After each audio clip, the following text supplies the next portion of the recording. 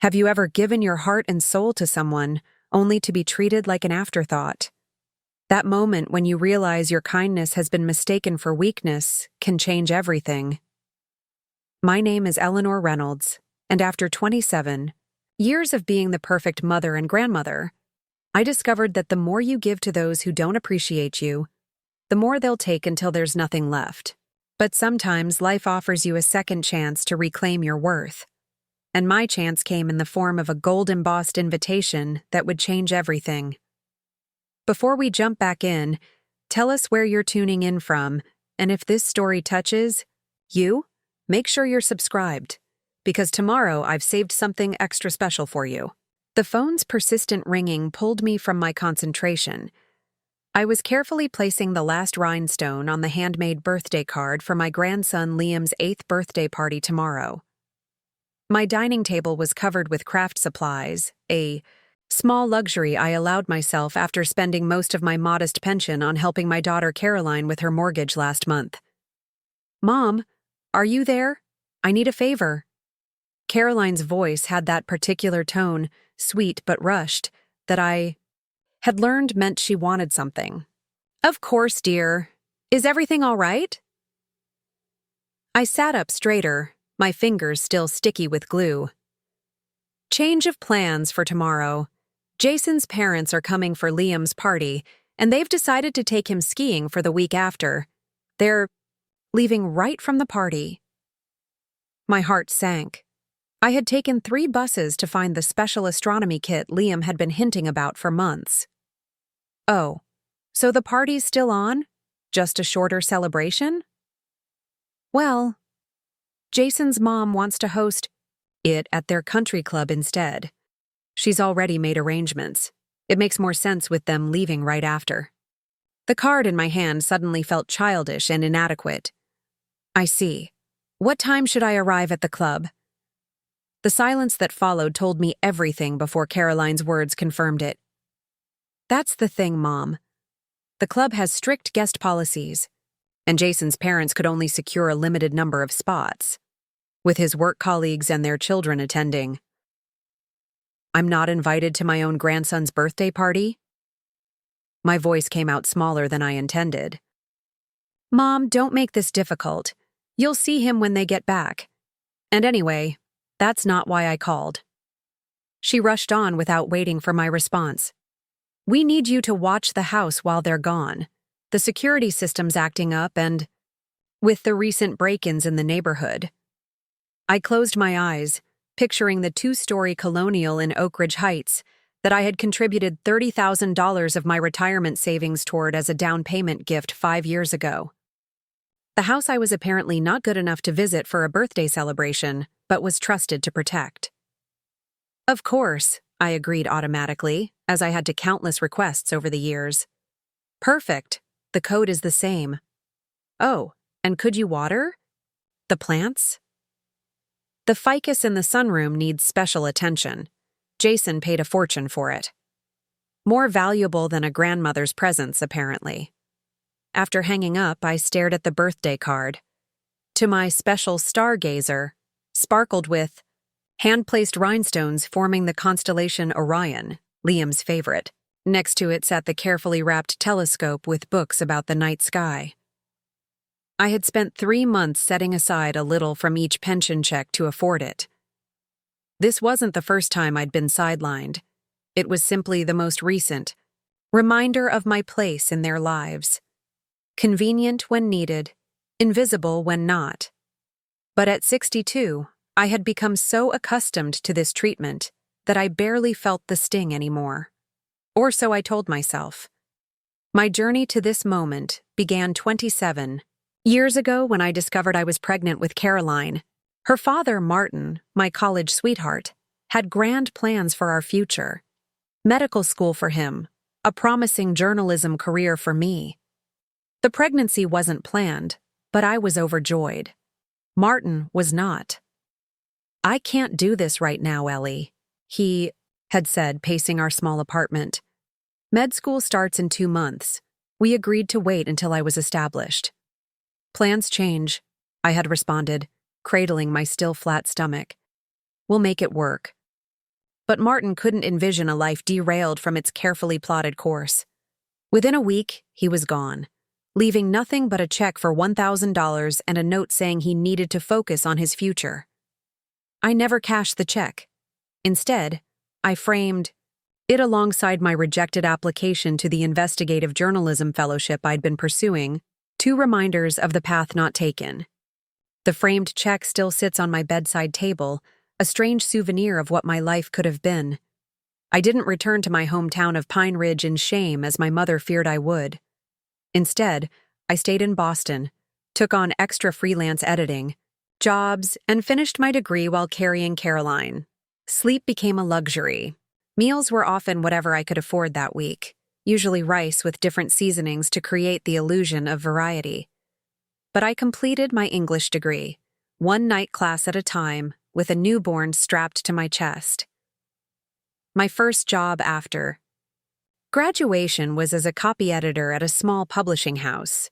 Not the prestigious newspaper position I had dreamed of, but it offered steady income and health insurance for Caroline. The office allowed me to bring her on days when childcare fell through, setting up a small play area beside my desk. I would edit manuscripts with one hand and rock her carrier with the other. As Caroline grew, so did my determination to give her everything I hadn't had: stability, opportunities, the confidence that comes from knowing you are unconditionally supported. I took on additional freelance work, editing academic papers late into the night after Caroline was asleep. Every extra dollar went toward dance lessons, summer camps, school trips, experiences I believed would shape her into a confident, well-rounded person. When Caroline was 7, I was offered a promotion to senior editor, a position that would finally provide financial breathing room but required longer hours and occasional travel. I declined, opting instead for a lateral move to a role with flexible scheduling that allowed me to never miss a school performance or parent-teacher conference. My mother, during her infrequent calls from Florida, would sigh heavily at my choices. "You're martyring yourself for that child, Eleanor. What about your needs? Your future?" But I didn't see it as martyrdom. Caroline was my world, my purpose, my greatest joy. When she laughed, my small apartment filled with a light that no career advancement could provide. When she wrapped her arms around me and called me her best mommy, I felt a fulfillment that no promotion could match. Through elementary school, our bond was unshakable. Caroline would race home, bursting to tell me about her day. We had Friday night traditions, popcorn and a movie, both of us in matching pajamas I had saved for months to buy. I helped with science projects, quizzed her on spelling words, and stayed up researching how to explain complicated math concepts when she struggled. Middle school brought the first subtle shifts. Caroline began comparing our life to her friends. Why couldn't we live in Westbrook like Melissa's family? Why didn't we have a summer home like the Hendersons? Why did she have to wear hand-sewn Halloween costumes when everyone else had store-bought ones? Each question pierced me, but I smiled through it, explaining our circumstances as best I could without burdening her with adult worries. I took on additional work, weekend inventory at a local bookstore, to afford the brand name jeans and backpack that suddenly seemed crucial to her happiness. High school accelerated the change. Caroline joined the field hockey team, where she befriended girls from Oak Ridge Heights, the affluent part of town with sprawling homes and manicured lawns. Suddenly, our cozy apartment with its mismatched furniture and walls covered in Caroline's artwork became embarrassing. I was no longer invited to school events unless absolutely necessary, and when I did attend, Caroline would keep a careful distance. "Mom, you don't have to cheer so loudly," she would whisper, cheeks flushed with embarrassment rather than pride. I told myself it was normal teenage behavior, a phase, nothing more. I focused on the future, on college applications and scholarships. I had been saving since her birth, tucking away money in a 529 plan that required creative budgeting and many sacrifices. No vacations, no new clothes, no car newer than 15 years old. But Caroline would have opportunities I never did. The acceptance letter from Westmont University, a prestigious private college known for its business program, arrived on a rainy Tuesday. Caroline screamed with joy, jumping around our small living room. I cried too, both in happiness and private. Terror at the remaining costs even after scholarships and my savings. But I kept my smile firmly in place. "We did it, honey." Preparing and narrating this story took us a lot of time, so if you are enjoying it, subscribe to our channel. It means a lot to us. Now back to the story. "I'm so proud of you." "I can't believe it." She twirled, clutching the letter. "Melissa and Taylor got in too. We're going to room together." That night, after Caroline fell asleep still clutching her acceptance letter, I applied for a second mortgage on our apartment and began researching night security positions. The publishing house had been downsizing, and my position felt precarious. I needed backup plans to ensure Caroline's education wouldn't be interrupted. College marked another evolution in our relationship. During her freshman year, calls home were frequent, often tearful, filled with homesickness and struggles adjusting to coursework. I sent care packages I couldn't afford, her favorite snacks, fuzzy socks, a framed photo of us from her high school graduation. I drove the 3 hours to campus whenever she needed me, sitting in her dorm room helping with laundry or editing papers. By sophomore year, the calls decreased. Caroline joined a sorority, Delta Sigma something, filled with girls whose parents were executives, doctors, lawyers. My daughter, who had once cherished our Friday movie nights, now spent weekends at Martha's Vineyard with her new friends. Families. When I visited campus, she would meet me for quick lunches off campus, checking her watch throughout our conversations. It was during her junior year that she met Jason Whitaker III, son of a banking executive and heir to a family with old money and older connections. Jason was handsome, ambitious, and from a world I had never entered. When Caroline brought him home during spring break, I spent a week preparing, scrubbing the apartment, preparing elaborate meals from borrowed cookbooks, even purchasing a new outfit on credit. Jason was polite but distant, his eyes constantly surveying our modest home with barely concealed judgment.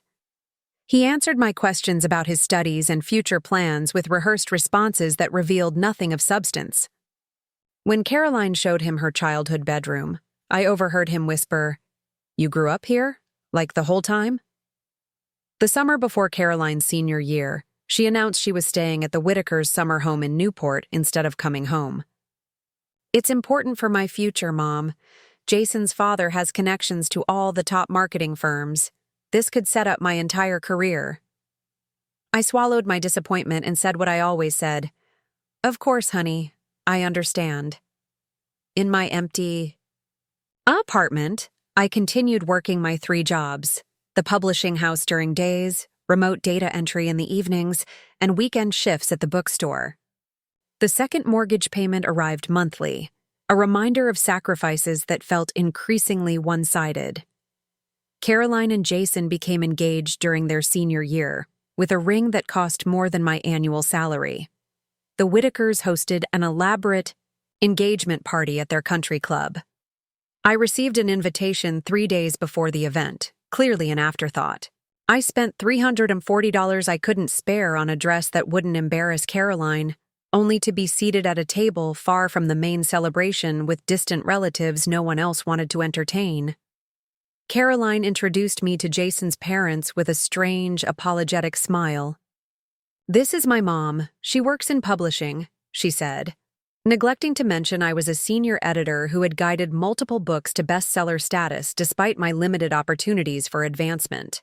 Mrs. Whitaker, Elaine, looked at me as one might regard an unusual insect. "How interesting.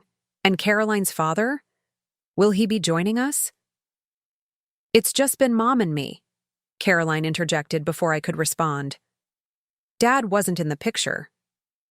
"I raised Caroline on my own," I added, trying to reclaim some dignity. "I'm very proud of the woman she's become." "Indeed," Elaine responded with a tight smile.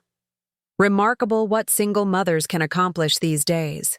The resilience of the lower classes is truly inspiring. Carolyn laughed nervously, rather than defending me. That night, I cried myself to sleep for the first time since Martin had left. The wedding planning became an exercise in subtle humiliation. The Whitakers insisted on paying for everything. "It's tradition," Elaine said, though her tone conveyed it was more about control than generosity. My offers to contribute were politely but firmly rejected. "Mom, they want to do this.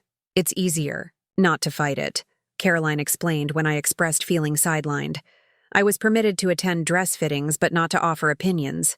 My suggestion of including a reading that had special meaning from Caroline's childhood was dismissed as not quite appropriate for the venue. Even my role in the ceremony was diminished. I would not walk her down the aisle as we had always planned. Instead, Jason's father would do the honors, because photos would look more balanced that way. The wedding was a spectacle of wealth. 600 guests at the Whitaker estate, ice sculptures, a 10-piece orchestra, and flowers flown in from Holland. I wore the one acceptable dress I owned, a navy blue sheath I had splurged on for a publishing award ceremony years earlier. During the reception, I overheard two of Jason's aunts discussing me near the ladies' room. "That's the mother? She looks so ordinary. Apparently she's some sort of secretary or assistant. Can you imagine? No wonder Caroline is so eager to establish herself properly." I slipped away before they could see me, found a quiet corner of the garden, and allowed myself 5 minutes of pure grief for the relationship I had thought Caroline and I shared. Then I dried my eyes, fixed my makeup, and returned to the celebration with the smile I had perfected over decades of putting my daughter's needs before my own pain. After the wedding, Caroline and Jason purchased their home in Oak Ridge Heights, the colonial that would later require my financial assistance. When they asked for help with the down payment, I liquidated my modest retirement account without hesitation. What was my future compared to their beginning? "You're an angel, Mom," Caroline had said when I handed her the check. "We'll pay you back someday, I promise." We both knew it was a promise that would never be fulfilled. The money disappeared into their new life without further mention. When Caroline announced her pregnancy a year later, I felt a surge of hope. Perhaps a grandchild would bring us closer again. Perhaps in becoming a mother herself, Caroline would recognize the depth of what we had shared. Liam Alexander Whitaker was born on a crisp autumn morning. I took unpaid leave from work to be present, waiting anxiously in the private hospital suite the Whitakers had arranged. After 15 hours of labor, I was permitted a brief visit. 10 minutes to meet my grandson before being asked to leave so the immediate family could bond. Immediate family. The phrase echoed in my mind as I drove home alone. When had I become less than immediate to my only child? In the early weeks, Caroline called frequently, overwhelmed by the realities of new motherhood despite the night nurse the Whitakers had hired. I would drive over immediately, regardless of the hour, to rock Liam while Caroline slept or simply sat in stunned exhaustion. "I had no idea it would be this hard," she confessed during one 3 a.m. feeding. "How did you do this alone?" For a moment, my heart swelled with recognition, finally an acknowledgement of what our journey had been. But the moment passed without further reflection from Caroline, and by morning, the vulnerability was replaced with her new normal efficiency. As Liam grew, I treasured every moment I was allowed with him. Unlike his mother at that age, he was quiet and observant, with serious eyes that studied everything. I would read to him for hours, delighting in his small gasps at picture book revelations. I taught him nursery rhymes and silly songs that made him giggle uncontrollably. But as had happened with Caroline, my time with Liam gradually became more structured, more limited.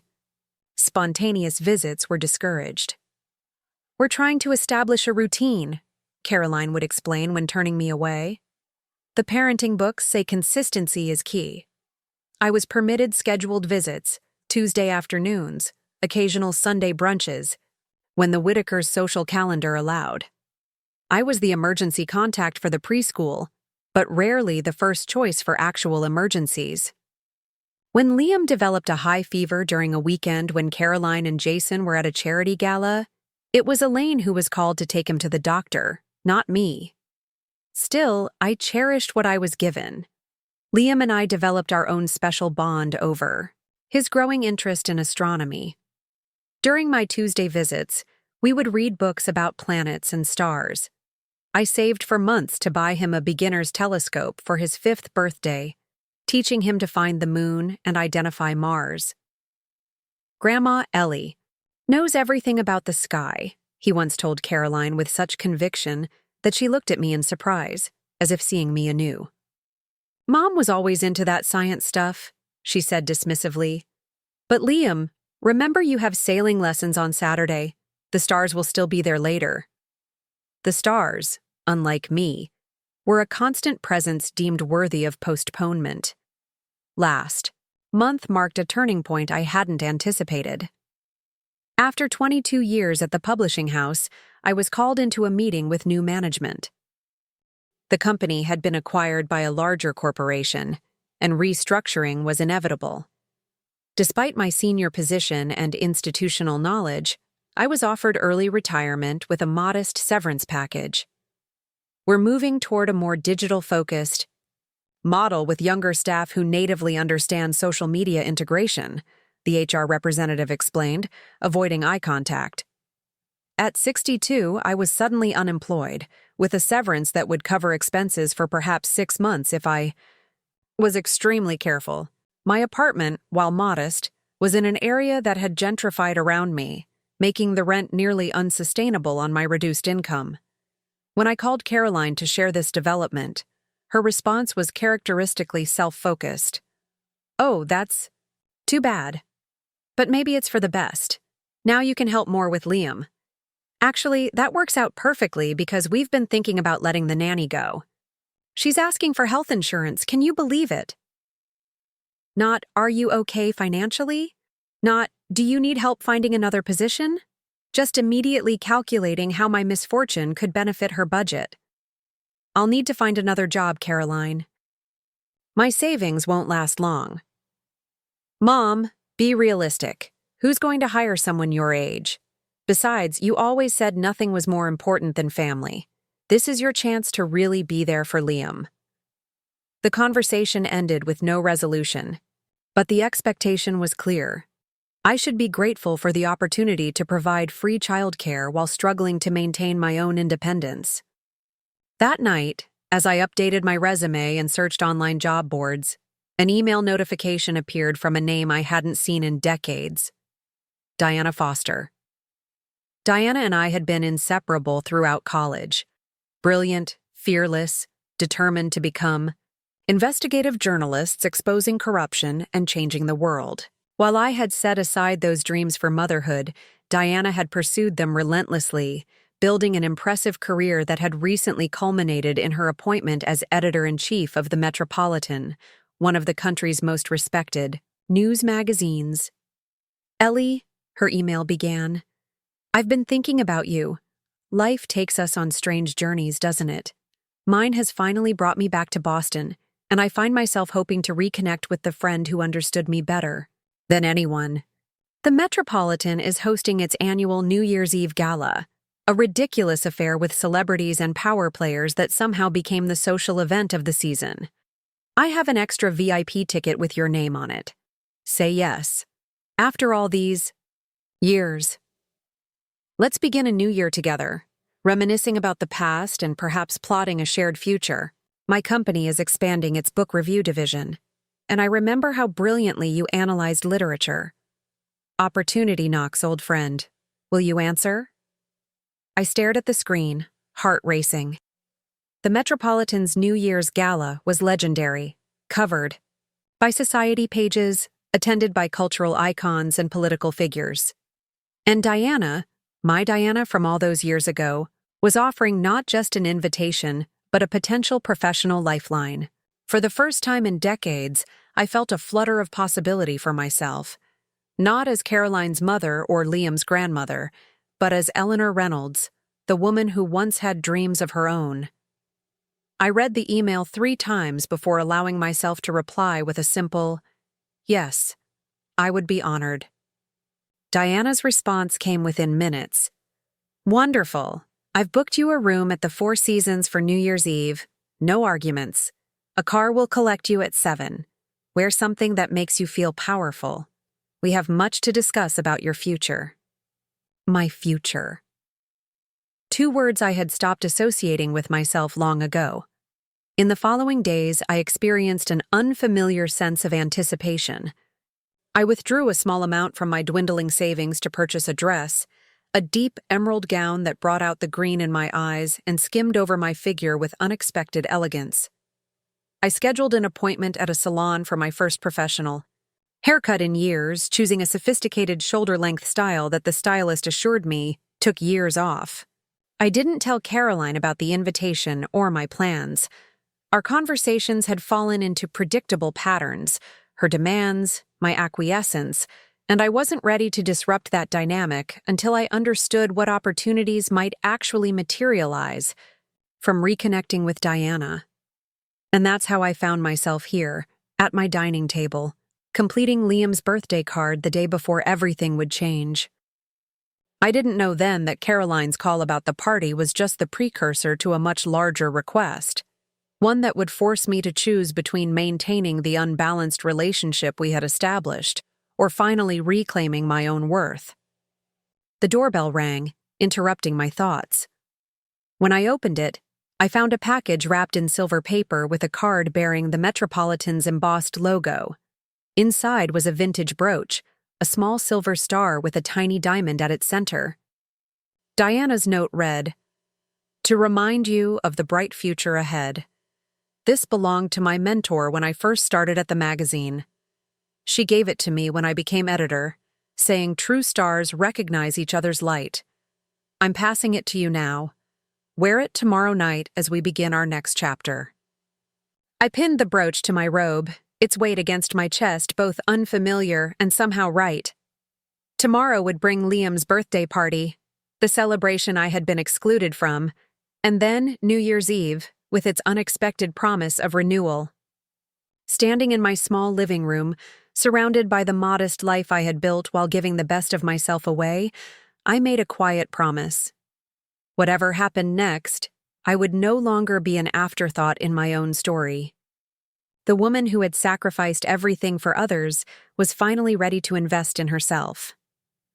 I arrived at the Whitakers Country Club precisely at noon, parking my aging Corolla at the far end of the lot where it wouldn't offend the sea of luxury vehicles. Though I wasn't invited to the party, I still had Liam's gifts to deliver. The security guard at the entrance examined me with thinly veiled suspicion. "I'm just dropping something off for my grandson," I explained, holding up the carefully wrapped telescope and books. He made a call, and minutes later, Caroline appeared in the doorway. Her carefully highlighted hair was swept into an elegant updo, her cream cashmere sweater probably costing more than my monthly rent. Her expression shifted rapidly from annoyance to forced politeness when she noticed the guard watching. "Mom, you didn't need to come all this way." She stepped outside, rather than inviting me in, keeping her voice low. "I told you we'd see you when they get back from the ski trip." "I know.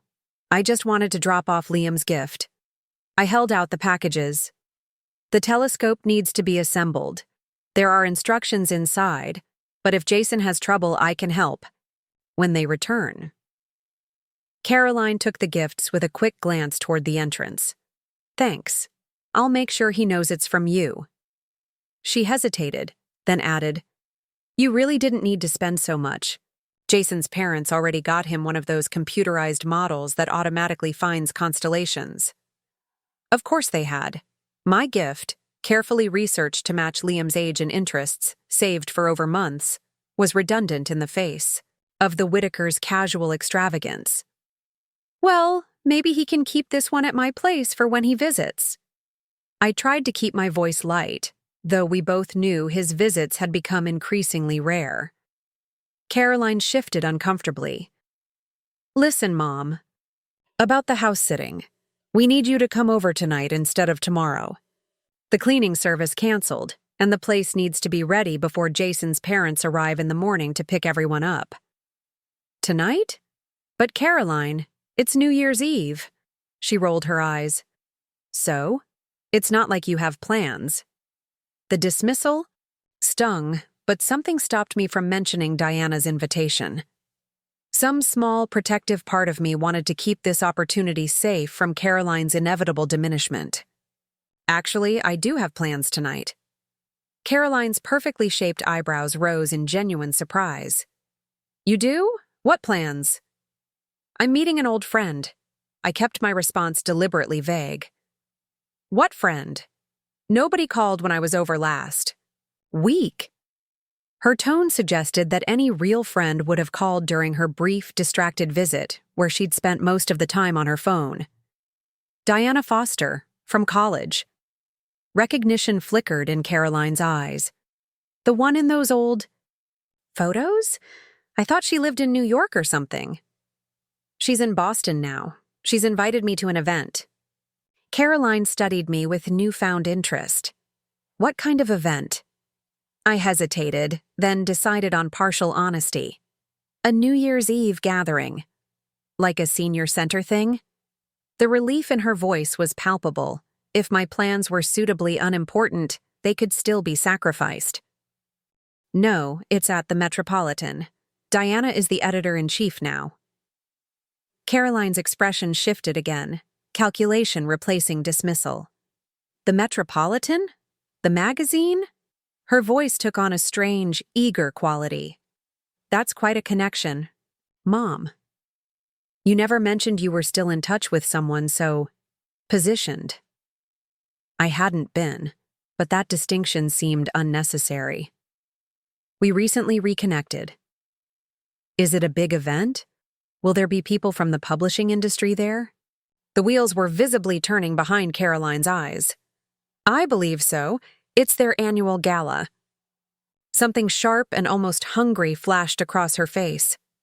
"The New Year's gala at the Metropolitan? That's a major event. There'll be celebrities, executives." She trailed off, then touched my arm with sudden warmth. "You should have told me sooner. This could be an amazing opportunity." "For whom?" I asked quietly. She ignored my question. "Jason's firm has been trying to connect with the Metropolitan's parent company for months. They handle some major investment portfolios." Her fingers tightened on my arm. "Mom, listen, I have the perfect solution. Bring the cleaning supplies to our house tonight, take care of the essentials, and then you can still make your party. The house will be secure with you there afterward." "The gala starts at 8, Carolyn. It would be impossible to clean your entire house and make it in time." I gently removed her hand from my arm. "Well, what about tomorrow then? You could come early before they pick up Liam. Jason's parents would love to meet your friend, especially if she has connections." The naked opportunism in her tone made my stomach tighten. "I won't be available tomorrow either. Diana has arranged a brunch to introduce me to some colleagues." This was a lie, but a necessary one. "I've already committed." Caroline's warmth vanished like morning dew in August. "So, let me get this straight. After everything we've done for you, you're refusing to help us because of some last-minute party invitation?" "Everything you've done for me?" The words escaped before I could stop them. "Yes. Do you think it's easy making sure you're included in family events? Driving across town to check on you? Letting you be part of Liam's life even though you can? Barely afford proper gifts for him?" Her voice rose, drawing the attention of the security guard. In that moment, something crystallized inside me, a clarity I had been avoiding for years. Caroline genuinely believed she was doing me favors by allowing me into my grandson's life, by acknowledging my existence at all. My sacrifices had become her entitlements. My love had become her leverage. I see. My voice was steadier than I expected. Then perhaps we should reassess our arrangement. Caroline blinked, clearly not anticipating resistance. What's that supposed to mean? It means I won't be available to clean your house or watch it while you're away. You'll need to make other arrangements. Her face flushed with anger. You can't be serious. This is important for Jason's career. His parents are expecting everything to be perfect for Liam's trip. I understand it's important, but so are my plans. Your plans, she scoffed. One random invitation, and suddenly you're too good for family obligations? This is ridiculous, Mom. You're being selfish. That word, selfish, after decades of putting her needs before my own, finally broke something loose inside me. No, Caroline. Selfish is expecting your mother to clean your house on New Year's Eve. Selfish is excluding me from my grandson's birthday, but expecting me to deliver gifts anyway. Selfish is treating my time and energy as resources you're entitled to without gratitude or reciprocity. Her mouth opened in shock. I can't believe you're saying this to me. After everything. Please stop saying after everything, I interrupted quietly. We both know who has given everything in this relationship. Caroline's eyes narrowed. If that's how you feel, maybe you should go to your fancy party and forget about us altogether. That's not what I want, and you know it. I sighed, suddenly tired of this familiar emotional terrain. I want a relationship based on mutual respect, not constant obligation. Whatever. Caroline stepped back toward the door. I have to get back to Liam's party. The one you're apparently too important to attend now. I'll tell everyone you weren't feeling well. She paused, then added with deliberate cruelty, not that anyone was really expecting you anyway. The door closed firmly behind her, leaving me standing alone in the December cold, still wearing the visitor badge the security guard had reluctantly provided. I stood there longer than I should have, processing what had just happened. For the first time in our adult relationship, I had prioritized my needs over Caroline's demands, and the world hadn't ended. It felt terrifying and exhilarating all at once. During the drive home, my phone buzzed repeatedly with texts from Caroline, each more manipulative than the last. Jason's mother is very disappointed. She was hoping to discuss your friend's connections. Liam asked where you were. I had to explain that work was more important to you than his birthday. If you change your mind about helping us, the key is under the mat. Otherwise, don't worry about it. We'll manage without your help as usual. Each message was designed to trigger the guilt and obligation that had governed our relationship for decades. But something had shifted inside me, a tectonic realignment that couldn't be reversed. I silenced my phone and focused on preparing for the evening ahead. At home, I laid the emerald dress carefully across my bed, still wrapped in tissue paper from the boutique. The price tag, $340, had required dipping into next month's grocery budget, but holding it against me in the store mirror had awakened something I'd long forgotten, the simple joy of feeling beautiful. As I prepared for the evening, another text from Caroline arrived. Fine. If you insist on going to this party instead of helping family, at least introduce Jason to your editor friend. His firm would be very appreciative of the connection. The naked transactionalism of her approach no longer surprised me. I left the message unanswered and continued getting ready. The transformation in my mirror was subtle, but profound. The new haircut framed my face in a way that emphasized my cheekbones rather than the slight softening beneath my jaw. The dress color brought warmth to my complexion, and the silver star brooch from Diana added an elegant touch. I applied makeup, with care, not to disguise my age, but to celebrate the woman who had earned every line on her face. At precisely 7, my doorbell rang. Outside waited a sleek black car, the driver professionally courteous as he opened the door. Diana had arranged everything with the thoughtfulness I remembered from our college days. As the car navigated through Boston streets, now festive with New Year's Eve revelry, my phone lit up with a call from Caroline. After a moment's hesitation, I answered. "Hello? Mom?" Caroline's voice had shifted to the honeyed tone she used when trying to charm service workers. "I've been thinking about our conversation earlier. I may have overreacted." "I appreciate that," I said carefully. "The thing is, we really do need help with the house, and I know you'd want to support Jason's career opportunities, so I've come up with the perfect compromise." I waited, already suspecting what was coming. "You could attend your party for an hour or two, network with your friend, introduce Jason to any useful contacts, and then leave early to take care of the house. That way, everyone wins." The sheer audacity of her proposal, that I should use Diana's generous invitation as a networking opportunity for Jason, then cut my evening short to clean their house, would have been comical if it weren't so painfully revealing. "That won't be possible, Caroline. Tonight is important to me, and I'll be attending the entire event." "Mom, be reasonable. It's just a party. There will be other parties." Not for me, I thought. Not invitations that carried the potential to reclaim parts of myself I'd surrendered decades ago. "My decision is final. I suggest you contact a cleaning service. They have emergency rates for holidays." Caroline's pleasant facade cracked. "Those cost a fortune. This is ridiculous. It's New Year's Eve, not a coronation. I don't understand why you're being so difficult." "I'm not being difficult. I'm being clear about my boundaries. Those are different things." "Boundaries?" She made the word sound foreign and slightly offensive. "Since when do mothers have boundaries with their children?"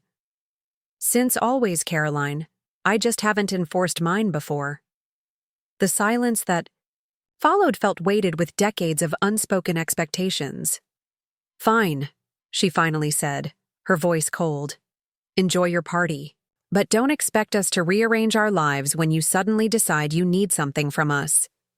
The irony was so profound I almost laughed. "Happy New Year, Caroline. Give Liam my love."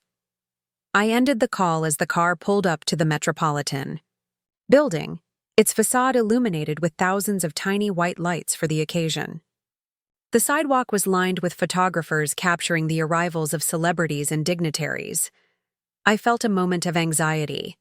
I didn't belong in this glittering world, but then straightened my shoulders. Neither did the frightened young mother, who had raised Caroline alone, yet she had persevered. I could do this too. The driver opened my door and I stepped out, immediately overwhelmed by the flashing cameras and elegant crowd. But then I saw her, Diana, standing at the top of the steps, exactly as I remembered and completely transformed at once.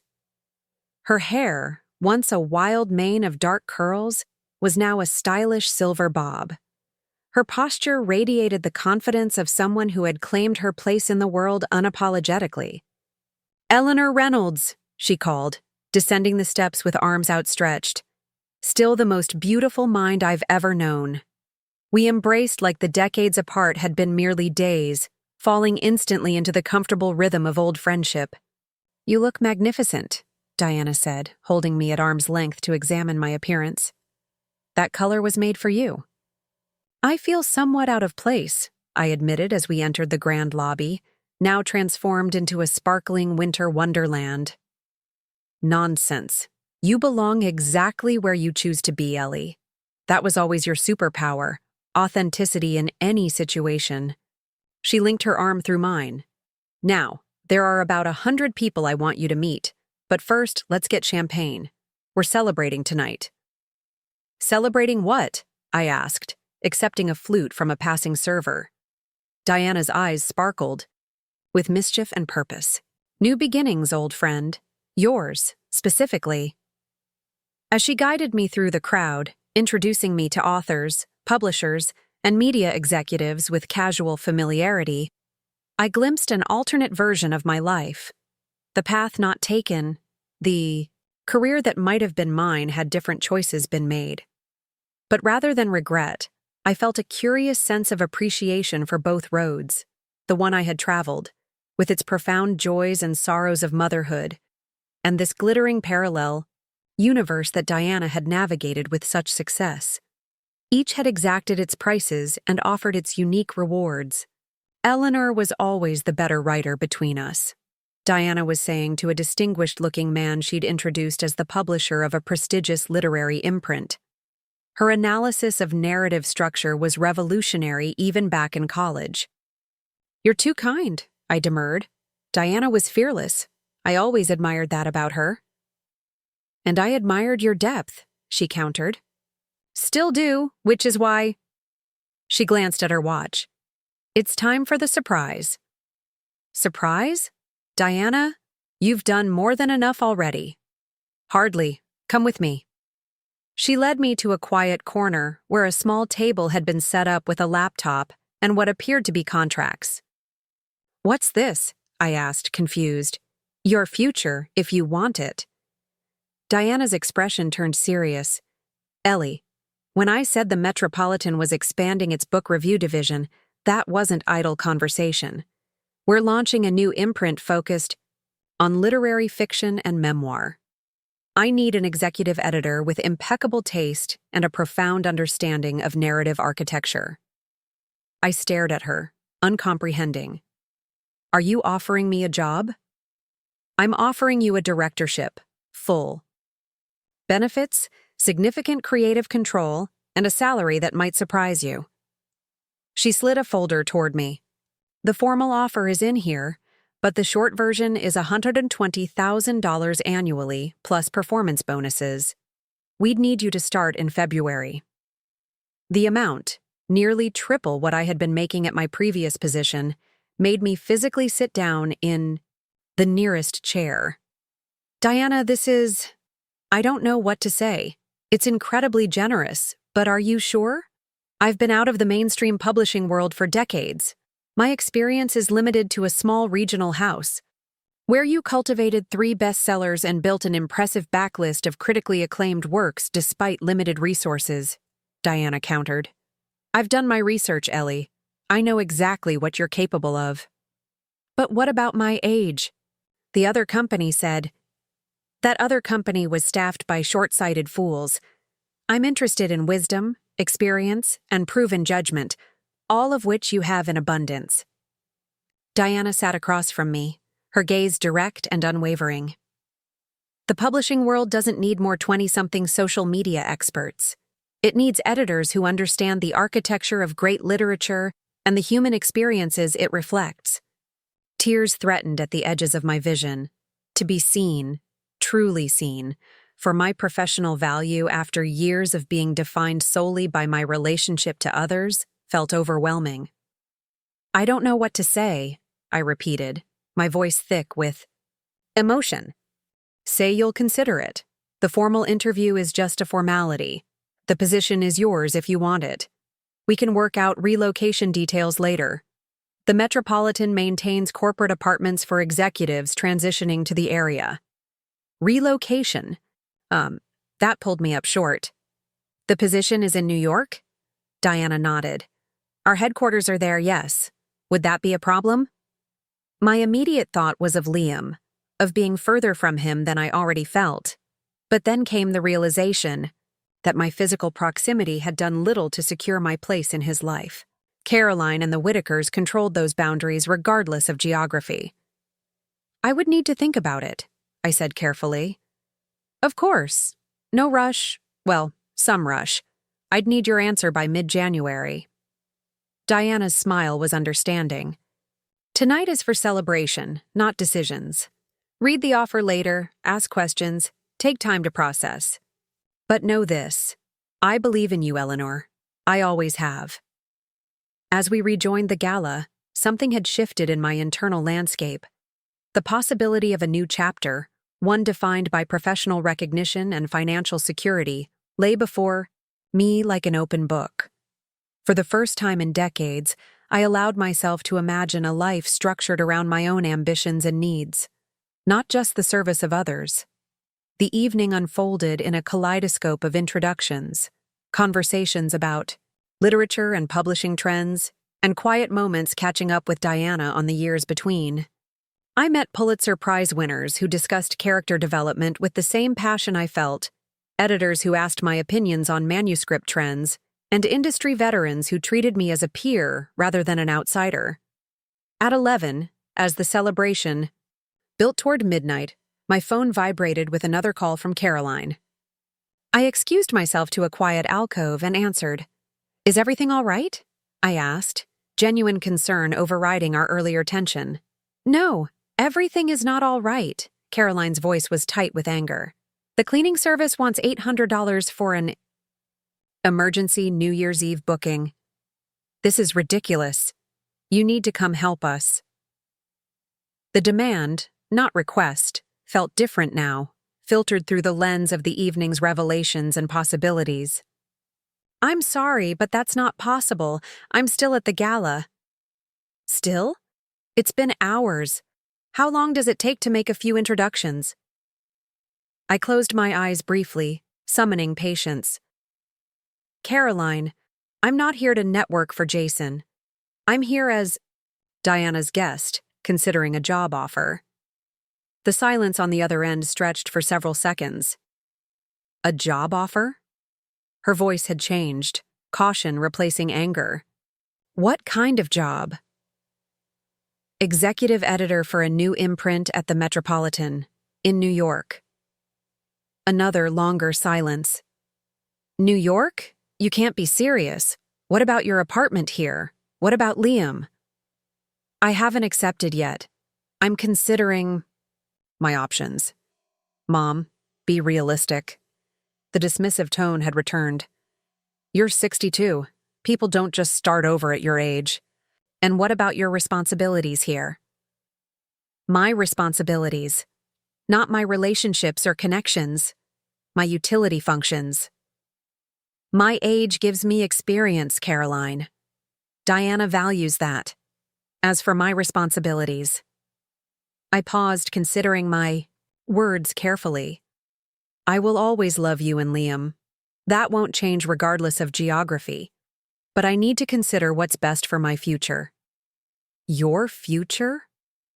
She sounded genuinely bewildered, as if the concept of me having a future separate from supporting her life was incomprehensible. "Mom, this is crazy. You belong here, close to family." "Do I?" I asked softly. "Because earlier today you made it quite clear that my presence was optional at best and an inconvenience at worst." "That's not fair. You know how stressful..." "These events are with Jason's parents. I wasn't myself. You were exactly yourself, Caroline, and that's something we both need to acknowledge." In the background, I could hear Jason's voice asking impatiently who she was talking to. Caroline covered the phone briefly, then returned. "Look, we can discuss this later. Right now, we need help with the house. This is important." "So, is this evening to me?" The firmness in my voice surprised us both. "I'm sorry, but I won't. Be leaving early. You'll need to find another solution." "Fine." Her voice was cold again. "Enjoy your pretend job interview and fancy party. I hope it's worth destroying your relationship with your only family." The call ended abruptly, leaving me standing in the alcove, Diana's job offer in one hand and my phone in the other, a physical manifestation of the choice before me. Diana appeared at my side, concern evident in her expression. "Everything all right?" I took a deep breath, tucking my phone away. Just family expectations colliding with personal boundaries, nothing new. She nodded with the understanding of someone who had navigated her own complex family dynamics. The eternal struggle. "Come on, they're about to serve the midnight champagne. Whatever happens tomorrow, tonight we celebrate new possibilities." As we rejoined the festivities, I felt a strange lightness despite Caroline's harsh words. For decades, I had measured my worth by how completely I could meet others' needs, how invisibly I could subsume my own desires. Tonight, standing among peers who valued my mind and experience, wearing a dress chosen solely because it made me feel beautiful. I remembered something essential that had been lost along the way. I was more than Caroline's mother or Liam's grandmother. I was Eleanor Reynolds, a woman with ambitions, talents, and the right to claim her own path, even at 62. When the countdown to midnight began, Diana handed me a fresh glass of champagne and smiled with the conspiratorial warmth of our college days. "To new beginnings," she said as the crowd chanted down from 10. "To remembering who we were always meant to be," I answered. As the clock struck midnight and the room erupted in celebration, I lifted my glass and made a silent promise to myself. Whatever happened with Diana's offer, whether I moved to New York or remained in Boston, I would no longer be an afterthought in my own life story. The woman who had sacrificed everything for others was finally ready to invest in herself. And that decision, that fundamental reorientation toward my own worth, felt like the truest new beginning of all. The morning after the gala, I awoke. In the Four Seasons hotel room Diana had arranged, momentarily disoriented by the plush surroundings. Sunlight streamed through floor-to-ceiling windows, illuminating a view of Boston I rarely experienced. The city from above, small figures moving through snow-dusted streets, the harbor glittering in the distance. My phone showed 7 missed, calls from Caroline, and a dozen increasingly irate text messages. The final one, sent at 3:17 a.m., read, "Had to pay $950 for emergency cleaning service. Will be deducting from what we gave you for Christmas. Hope your party was worth it." What they had given me for Christmas was a $50 gift card to a chain restaurant and a generic scarf still in the department store gift box. The transparent attempt to inflate their generosity while punishing my independence might have worked a day earlier. Today, it simply clarified the dynamics I had been too close to fully see. Room service arrived with the breakfast Diana had prearranged: fresh fruit, croissants, and coffee in a silver pot. Such simple luxuries, yet they felt revolutionary. When was the last time someone had arranged for my comfort without expecting something in return? At 10, Diana called. "Sleep well? I hope the room was comfortable." It was lovely. All of it was lovely. "Diana, I don't know how to thank you." "No thanks necessary. Have you had a chance to look over the offer?" I glanced at the folder, on the nightstand. "Not thoroughly, but the top-line details are extraordinary. They reflect your value, Ellie. Nothing more, nothing less." Her voice shifted from warm to businesslike. "The car will take you home whenever you're ready. I've arranged for a courier to deliver the formal paperwork next week. Take your time reviewing everything, but—" She paused. "I meant what?" I said. "You'd be perfect for this role." "I'll consider it seriously," I promised. "Good. Now, one more thing. Are you free for dinner next Saturday? I'd like you to meet the creative team. Just informally, no pressure." The invitation was another step toward making this surreal opportunity concrete. I'd love that. After hanging up, I opened the employment offer and read through it properly. Beyond the substantial salary, there were health benefits more comprehensive than any I'd had before. A retirement package with generous matching, relocation assistance, and even a housing allowance for the first 6 months. The job description outlined responsibilities that matched my strengths: cultivating new authors, shaping manuscripts, developing a cohesive vision for the imprint. It was, in every way, the career I might have had if life had taken different turns. Now it was being offered to me as a beginning rather than an ending, a profound reframing of what my 60s could be. As the car took me home, I contemplated practical matters. My apartment lease was month to month. Breaking it would be simple. My furniture was functional, but nothing I'd mourn leaving behind. I had few close connections in Boston beyond Caroline and Liam, a reality that struck me as both sad and liberating. When I arrived home, the stark contrast between the Four Seasons and my apartment was jarring. The living room furniture was worn, the kitchen appliances outdated, the bathroom perpetually, fighting mildew no matter how diligently I cleaned. I had accepted these conditions as necessary sacrifices for Caroline and Liam's benefit. Now, I wondered why I had normalized such diminished circumstances for myself. I was unpacking my overnight bag when the doorbell rang. Through the peephole, I saw Caroline, her expression set in the tight smile she used when trying to contain anger. I opened the door, bracing myself. "Caroline? This is unexpected." She brushed past me into the apartment, surveying it with critical eyes. "You didn't answer my calls. I was planning to call you back after I settled in." She turned, arms crossed defensively. "We need to talk about this ridiculous job idea." "Would you like some tea?" I offered, choosing not to engage immediately with her characterization. "I don't want tea, Mom. I want you to explain why you're suddenly interested in abandoning your family for some fantasy job in New York." I measured my response carefully. It's not a fantasy. It's a genuine offer with substantial responsibilities and compensation. And I wouldn't be abandoning anyone. New York is a train ride away. "A train ride isn't the same as being here," Caroline insisted. "What about Liam? Have you thought about how this would affect him?" "Of course I have. But I've also recognized that my relationship with Liam is largely controlled by you and Jason. My physical proximity hasn't guaranteed meaningful time with him." Her face flushed. "That's not fair. We've been extremely generous allowing you to be part of his life." There it was again, the fundamental misconception. Allowing me to be part of his life? "Caroline, I'm his grandmother. That relationship isn't a privilege you bestow or withhold based on my usefulness to your household." She paced the small living room, agitation evident in every movement. "Everything always comes back to this with you lately. We ask for one simple favor, and suddenly we're terrible people who don't appreciate you." It wasn't one simple favor, Caroline.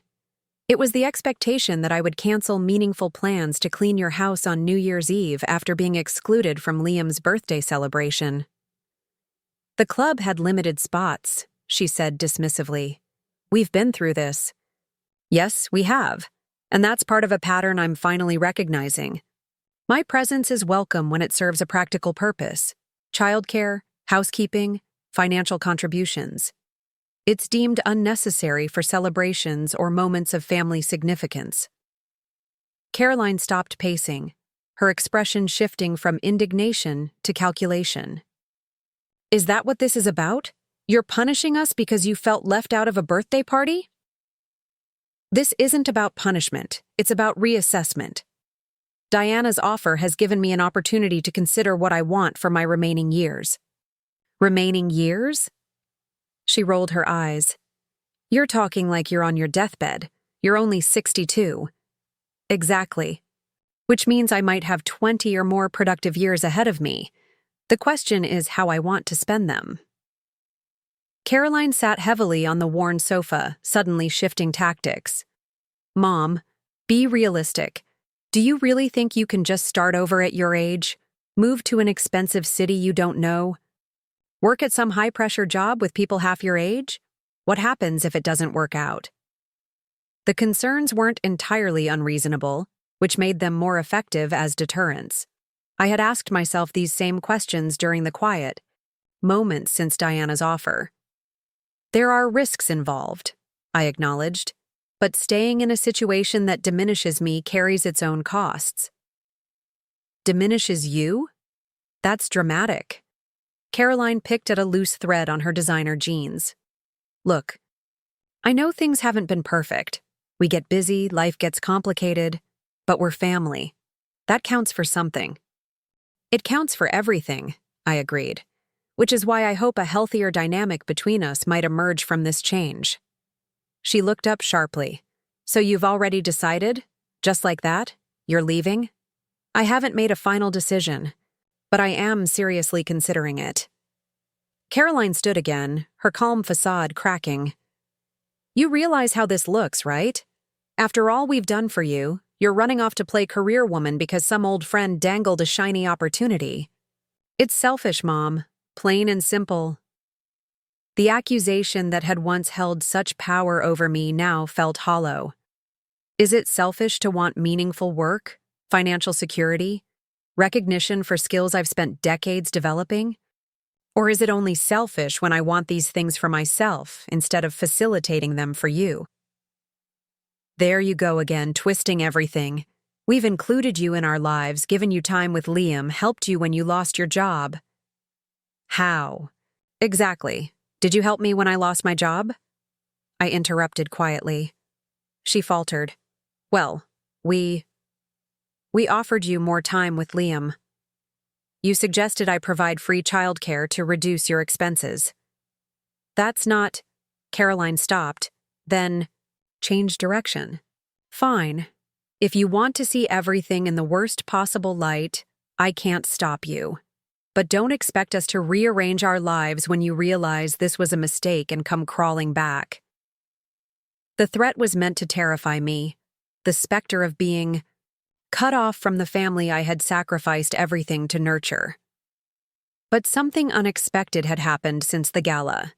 I had glimpsed a version of myself that existed independently of Caroline's approval, a woman with intrinsic value beyond her, caretaking capabilities. I hope it doesn't come to that, I said calmly. I will always want a relationship with you and Liam, regardless of geography. But it needs to be a relationship built on mutual respect, not obligation and utility. Caroline's expression hardened. Mutual respect? Like abandoning us when Jason is up for a major promotion and we need family support? That kind of respect?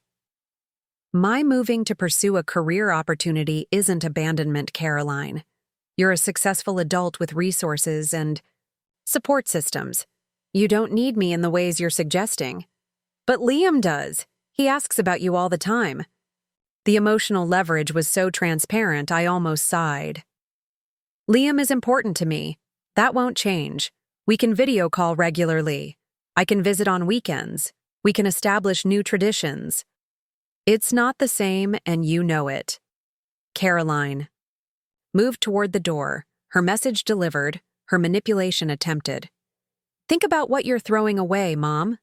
27 years of being a family, all for some job that probably won't even last. After she left, I stood in my silent apartment, feeling the weight of her words trying to settle on my shoulders. In the past, they would have crushed me with guilt. Today, I examined them objectively, separating emotional manipulation from legitimate concerns. Yes, distance would change my relationship with Liam. Yes, starting over in a new city at 62 carried risks. Yes, the publishing industry was volatile and the position might not be permanent. But the alternative, remaining in a diminished role, financially vulnerable, emotionally manipulated, carried its own certainties, none of them promising. At least the path Diana offered contained possibilities for growth, dignity, and self-determination. I spent the afternoon researching New York neighborhoods, calculating budgets based on the offered salary, and investigating weekend train schedules between New York and Boston. Facts and figures replaced emotional turbulence with practical clarity. By evening, I had compiled enough information to see that the opportunity was not just emotionally appealing, but logistically viable. As I prepared a simple dinner, my phone lit up with a text from a number I didn't recognize. Grandma, it's Liam. Mom said I could text you from her old phone. Are you really moving away? My heart constricted. The message was likely composed. With Caroline's guidance, another manipulation tactic. But Liam's concern might be genuine nonetheless. I responded carefully. I'm considering a job opportunity, sweetheart. But I will always be your grandmother, no matter where I live. We can talk on video calls and I can visit often. I love you very much. The reply came quickly. But who will teach me about stars and space? This felt more authentically Liam. Our shared interest in astronomy had been a special connection. We can still learn about stars together. There are amazing planetariums. In New York, I could take you to visit. And the stars look the same from both places. Just like my love for you stays the same no matter where I am. There was a longer pause before the next message. Mom says you don't care about us anymore. That's not true, right? The naked manipulation infuriated me, using an 8-year-old as an emotional conduit. I took several deep breaths before responding. That's absolutely not true, Liam. I care about you more than anything. Sometimes, grown-ups need to make choices about work and where they live. But those choices don't change how much they love their family. Your mom is probably upset right now because change can be scary, but everything will be okay. Another pause, then. Can I still come visit you? Even in New York? Of course you can. I would love that very much. Cool, Mom's coming. Gotta go. Love you, Grandma. Love you too, my special stargazer. I set the phone down, a complex mixture of emotions washing through me. Caroline's willingness to use Liam as an emotional pawn was disturbing, but his genuine desire to maintain our connection was heartening. Perhaps distance would actually create clearer boundaries that might ultimately strengthen our relationship rather than diminish it. The next morning, I received a formal email from the Metropolitan's HR department, confirming the details of Diana's offer and requesting a response by January 15th. The email included links to resources for relocating employees, information about the company's mentorship program, and an invitation to join their private social network for staff. It felt surreal, professional courtesies extended to me after years of being undervalued. I spent the morning researching the authors and titles the Metropolitan had recently published, familiarizing myself with their aesthetic and market position. Their literary fiction list was impressive, featuring several award winners and critically acclaimed debuts. The prospect of helping shape such a catalog sent a thrill of creative excitement through me. Around noon, my phone rang with a number I didn't recognize. Hello? Eleanor? This is Jason Whitaker. Caroline's husband's voice was formal, but not openly hostile. Do you have a moment to talk? In 5 years of marriage to Caroline, Jason had never once called me directly. Our interactions had always been mediated through my daughter, limited to obligatory greetings at family gatherings. Of course, Jason. Is everything all right? Yes, fine. I understand you've received a job offer in New York. That's correct. He cleared his throat. Caroline is quite upset about this development. She feels it's sudden. I'm sorry she's upset. The opportunity arose unexpectedly, but it's one I need to consider seriously. Of course, of course. His tone was that of someone accustomed to negotiating business deals. The thing is, Eleanor, family, stability is important to us. Liam has benefited from having you nearby, and frankly, so has Caroline. You've been a support system we've come to rely on. The framing was revealing. I was a support system, not a person with my own needs and aspirations. I value my relationships with Caroline and Liam very much, I said carefully. That won't change regardless of geography. Perhaps, but proximity matters, especially with a young child. He paused. I understand the appeal of this offer, a chance to feel professionally relevant again at a time when many people are winding down their careers. That's natural. The condescension was subtle, but unmistakable. It's more than that, Jason. It's an opportunity to use skills I've developed over decades in a role with significant creative influence and financial security.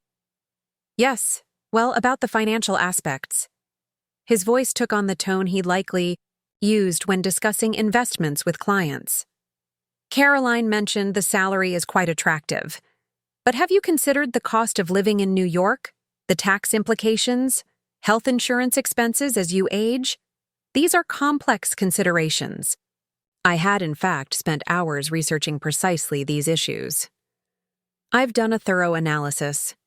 The compensation package includes comprehensive benefits and a housing allowance that addresses the cost difference. I see. He sounded mildly surprised that I had considered practical matters. Well, that's prudent, but there are other factors.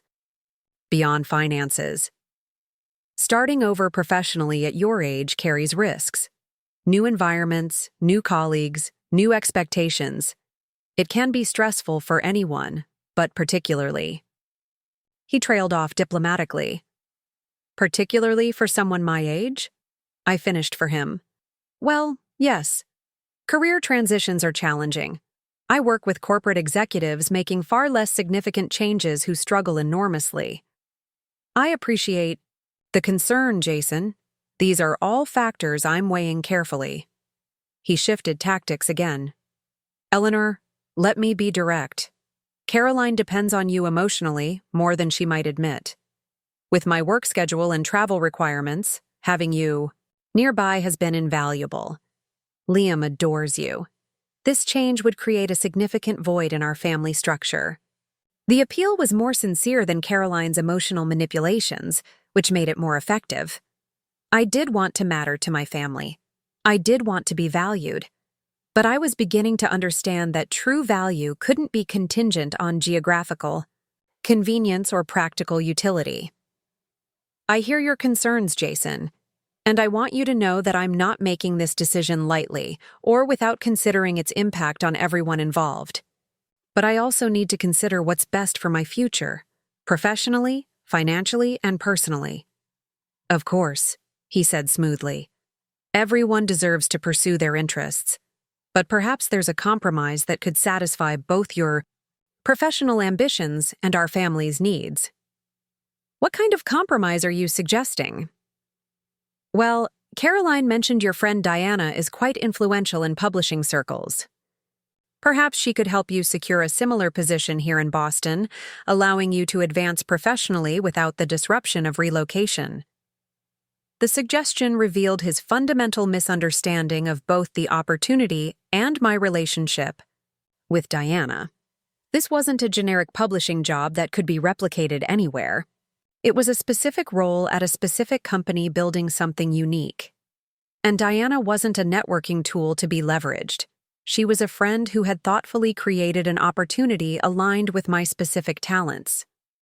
That's a kind suggestion. Jason, but the Metropolitan's new imprint is based in New York. The position involves working directly with their team there. I see. His tone cooled slightly. Well, I hope you'll give serious thought to what you might be sacrificing for this opportunity. Family connections are irreplaceable. After we hung up, I sat with the conversation, turning it over in my mind. Jason's approach had been more sophisticated than Caroline's emotional outbursts, but the underlying message was the same.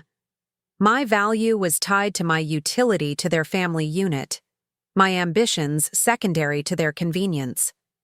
What struck me most was that neither of them had asked the most fundamental question. What do you want, Eleanor? What would make you happy? Their concern was entirely about the impact of my potential move on their lives, not on the significance of this opportunity for mine. It was a telling omission that clarified my decision more than any pro-con list could have. That evening, I composed an email to Diana. After careful consideration, I am formally accepting the position of executive editor for the Metropolitan's new literary imprint. I'm deeply honored by your confidence in me and excited to embark on this new chapter. Please let me know the next steps in the process. My finger hovered over the send button for several moments. Once sent, this email would set in motion changes that couldn't easily be reversed. My relationship with Caroline would be irrevocably altered. My comfortable, if limited, routines would be disrupted. The apartment that had been my home for decades would be packed up and left behind. But staying meant accepting that my life had reached its conclusion rather than its next evolution. It meant affirming that my purpose was subsidiary to Caroline's needs and conveniences. It meant teaching Liam, through example, that grandmothers, that women of a certain age, should set aside their ambitions and talents in service to others. I clicked send. Diana's response came within minutes. Wonderful news, Ellie.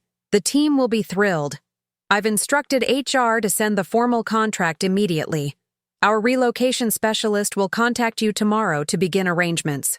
Welcome to the Metropolitan family. Or should I say, welcome back to yourself.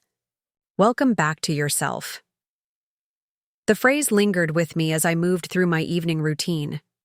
I had spent so many years focused on what others needed from me that I had lost sight of who I was apart from those needs. Diana's offer wasn't just professional opportunity. It was an invitation to reclaim parts of myself that had been set aside, forgotten, but not lost entirely. As I prepared for bed, Caroline called again. I answered, steeling myself for another emotional confrontation. Jason told me he spoke with you, she began without preamble. He thinks you're really going to do this. I've accepted the position. Caroline. I start in February. Her sharp intake of breath was audible through the phone. So that's it? Decision made without even discussing it with your family? We have discussed it. You and Jason both shared your perspectives, which I considered carefully, but you're still choosing this job over your family. I'm not choosing a job over family. I'm choosing to pursue an opportunity that's meaningful to me while maintaining my family relationships in a different form. Different form, she repeated bitterly. You mean becoming one of those grandmothers who sends birthday checks from far away and makes obligatory holiday visits? That's not what I intend at all. I want to remain actively involved in your and Liam's lives. We can adapt and find new ways to connect. This is really happening, Caroline said, her voice shifting from anger to a sort of stunned realization. You're actually leaving. I'm relocating for work. I'm not disappearing from your life. There was a long pause before she spoke again, her voice quieter. You know, I always thought you'd be there, no matter what. That was the one constant I could count on. Even when you drove me crazy with your worrying and your outdated advice, you were there. Always. The vulnerability in her admission caught me off guard. After days of manipulation and anger, this glimpse of genuine feeling, of the daughter who had once depended on me absolutely, created a crack in my carefully constructed resolve. I'm still here for you, Caroline. That doesn't change because of geography. But it's not the same. Her voice caught slightly. What if Liam gets sick and I need help? What if something goes wrong with Jason's promotion? What if I just need my mom? It was the first time in years she had expressed needing me specifically, not just my practical assistance. I closed my eyes, emotion welling. Then you call me. We talk. If necessary, I get on a train. Being in New York doesn't mean I stop. Being your mother or Liam's grandmother, it just means I'm also being Eleanor, a woman with her own path to walk. I don't understand why you can't walk that path here, she said, but the fire had gone out of her opposition. Why does it have to be there? Because this specific opportunity exists there. Because Diana and the Metropolitan are there. Because sometimes growth requires stepping into unfamiliar territory. Another long silence stretched between us. When Caroline spoke again, her voice had a resignation that signaled, if not acceptance, at least recognition of the inevitable. Jason says we should look at the bright side. Liam will love visiting New York. All those museums and stuff. It wasn't enthusiasm, but it was a tentative step toward accommodation. There's an incredible children's museum I've been reading about, and the planetarium at the Natural History Museum is supposed to be spectacular. He'd like that, she admitted grudgingly. The astronomy thing is really sticking. Jason's father tried to interest him in sailing over the holidays, but Liam just kept asking when they'd be able to see different stars in the sky. For the first time since New Year's Eve, the conversation felt like two adults discussing a shared love. Liam, rather than combatants in a power struggle. The Southern Hemisphere has completely different constellations, I offered. Maybe someday we could take a trip together to see them.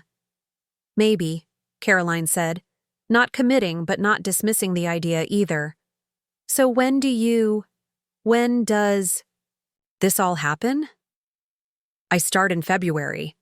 I'll need to find an apartment, pack up here. It's going to be a busy few weeks. Do you need help? With packing or whatever?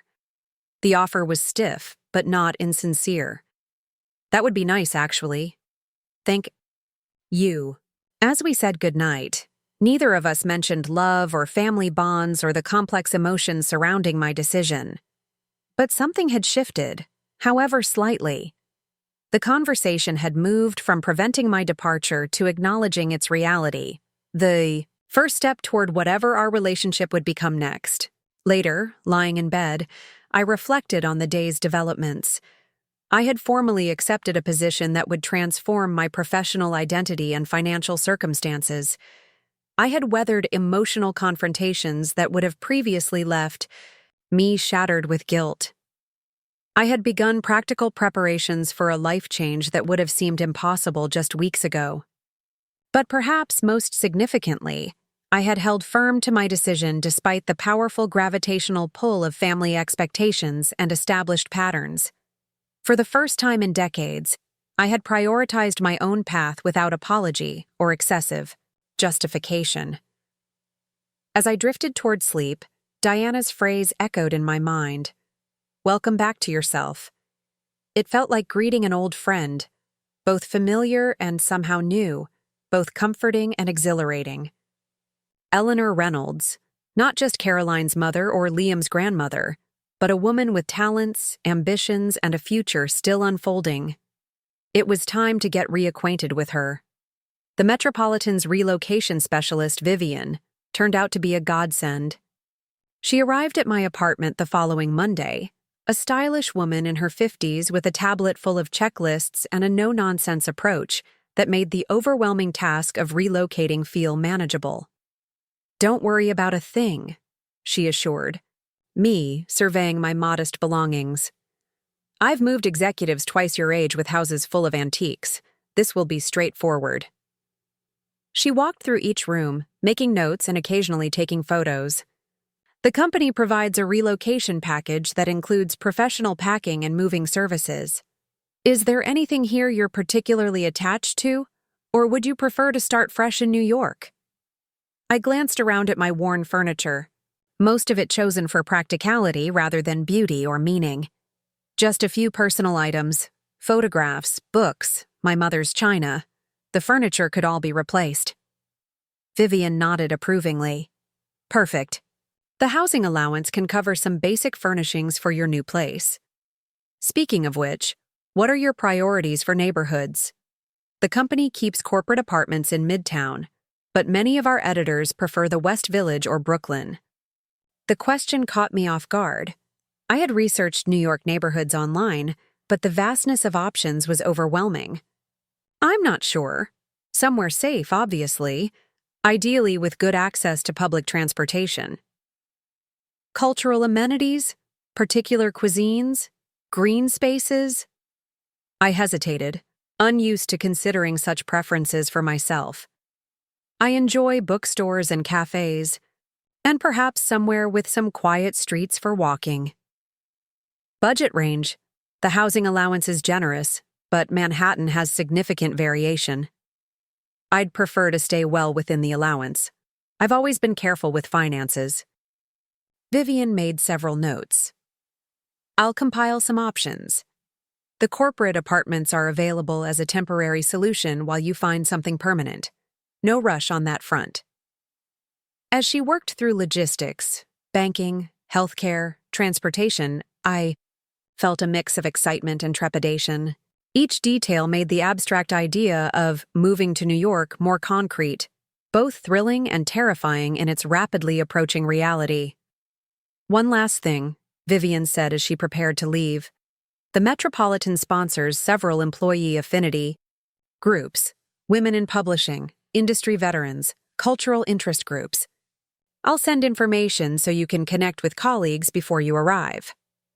After she left, I sat at my dining table, surrounded by the materials she'd provided: neighborhood guides, moving timelines, benefits paperwork. The sheer professionalism of it all reinforced that this wasn't a fantasy or a whim. It was a legitimate career advancement, being treated with appropriate seriousness by a major company that valued my skills enough to invest in relocating me. My phone chimed with a text from Caroline. "Mom, Liam has a science project due next week about the solar system. He's insisting only you can help him. Any chance you're free this weekend?" The request was so normal, so routine, that for a moment, it felt like nothing had changed, but everything had, and Caroline's text reflected either denial of that reality or perhaps a tentative olive branch. I texted back, "I'd love to help. Saturday afternoon work for you?" Her response came quickly. "Perfect. Liam will be thrilled. He has some specific questions about Neptune that apparently Google can't answer." On Saturday, I arrived at Caroline and Jason's home with a bag of supplies for Liam's project: styrofoam balls, paint, wire, and a star chart I'd found in a craft store. The house looked exactly as it always had, but I felt like a different person entering it. A visitor now, rather than an extension of their household. Liam burst through the door before I could ring the bell. "Grandma, I thought Neptune was blue, but then I read it's actually blue-green and has storms, and I need to know why." His enthusiasm for astronomical minutiae was so earnest, so uncomplicated, by adult tensions that I found myself laughing with pure joy as I hugged him. "Well, hello to you too, my curious scientist. I brought supplies for your project." He peered into the bag. "Cool. Mom said we could work in the dining room. She covered the table with plastic already." Inside, Caroline greeted me with a stiff nod. "Thanks for coming. He's been talking about this project nonstop." "Happy to help." I set my supplies on the table, noting the careful preparation Caroline had made: plastic covering, paper towels, even snacks set aside. Small gestures that revealed she had taken this visit seriously. "Jason's at the club," she explained, though I hadn't asked. "Quarterly portfolio review with clients." "I see." I kept my tone neutral, unwilling to disrupt the fragile peace, with commentary on Jason's perpetual absences. "So, how are the moving plans going?" She asked this with careful casualness, arranging cookies on a plate. "Moving forward, the company has been extremely helpful with arrangements." She nodded tightly. "That's good, I guess." Liam, oblivious to the undercurrents, spread his research materials across the table. "Look, Grandma, I printed all these facts about Neptune. Did you know it has 14 moons? And one of them, Triton, orbits backward." For the next 2 hours, Liam and I constructed a detailed model of Neptune, complete with its major moons and distinctive blue-green coloration.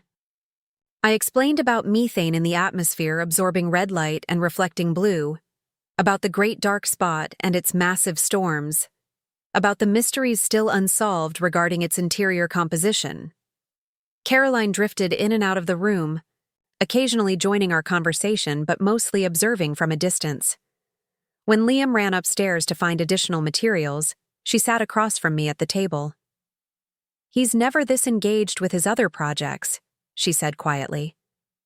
"Even Jason can't get him this excited about anything, not even sports." "He has a natural curiosity about the universe," I replied. "That's something to nurture." "I know." She hesitated. "We've enrolled him in an astronomy camp for the summer. It was expensive, but Jason's father agreed it was a good investment in his education." The concession to Liam's interest, rather than Jason's family's preferences, represented a small but significant shift. He'll love that. "The camp has a parent weekend in July.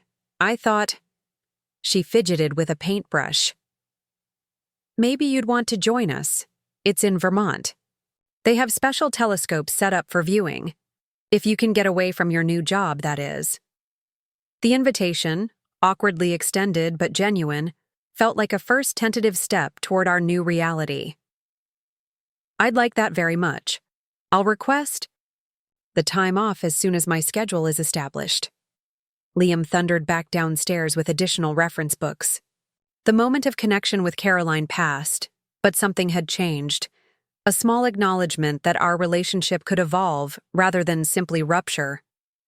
As I packed up to leave that evening, Liam's completed Neptune model proudly drying on the counter, Caroline walked me to the door. "The guest room will still be available whenever you visit," she said stiffly. "You don't have to stay in a hotel." "Thank you. That means a lot." She hesitated, then added, "Liam asked if he could visit you in New York over spring break. I told him we'd have to see how settled you are by then." "I'd love to have him visit. You and Jason would be welcome too, of course. Jason has that industry conference in April, but maybe Liam and I could come." She didn't meet my eyes. "If that works for you." It would work perfectly. As I drove home, I realized we were engaged in a delicate choreography, negotiating the boundaries of our changing relationship without explicitly discussing the emotional undercurrents. It wasn't ideal, but it was progress. Caroline was, in her own way, acknowledging my decision without accepting it entirely. It was as much as I could reasonably expect. The following weeks passed in a whirlwind of preparations. Vivian arranged viewings of 3 corporate apartments via video call, and I selected a 1-bedroom unit in a doorman building on the Upper West Side. Not the trendiest neighborhood, but one with tree-lined streets, abundant bookstores, and proximity to Central Park. Diana called frequently with updates about the imprint's development and introductions to key team members via video conferences. Each conversation reinforced that this wasn't charity or nepotism. I was being brought in for specific expertise and perspective that the younger staff lacked. "The acquisitions team is brilliant but inexperienced," Diana explained during one call. "They recognize quality writing but struggle with structural editing. That's where you'll be invaluable, Ellie. Your ability to see the architecture of a narrative, to strengthen without overriding an author's voice, that's rare."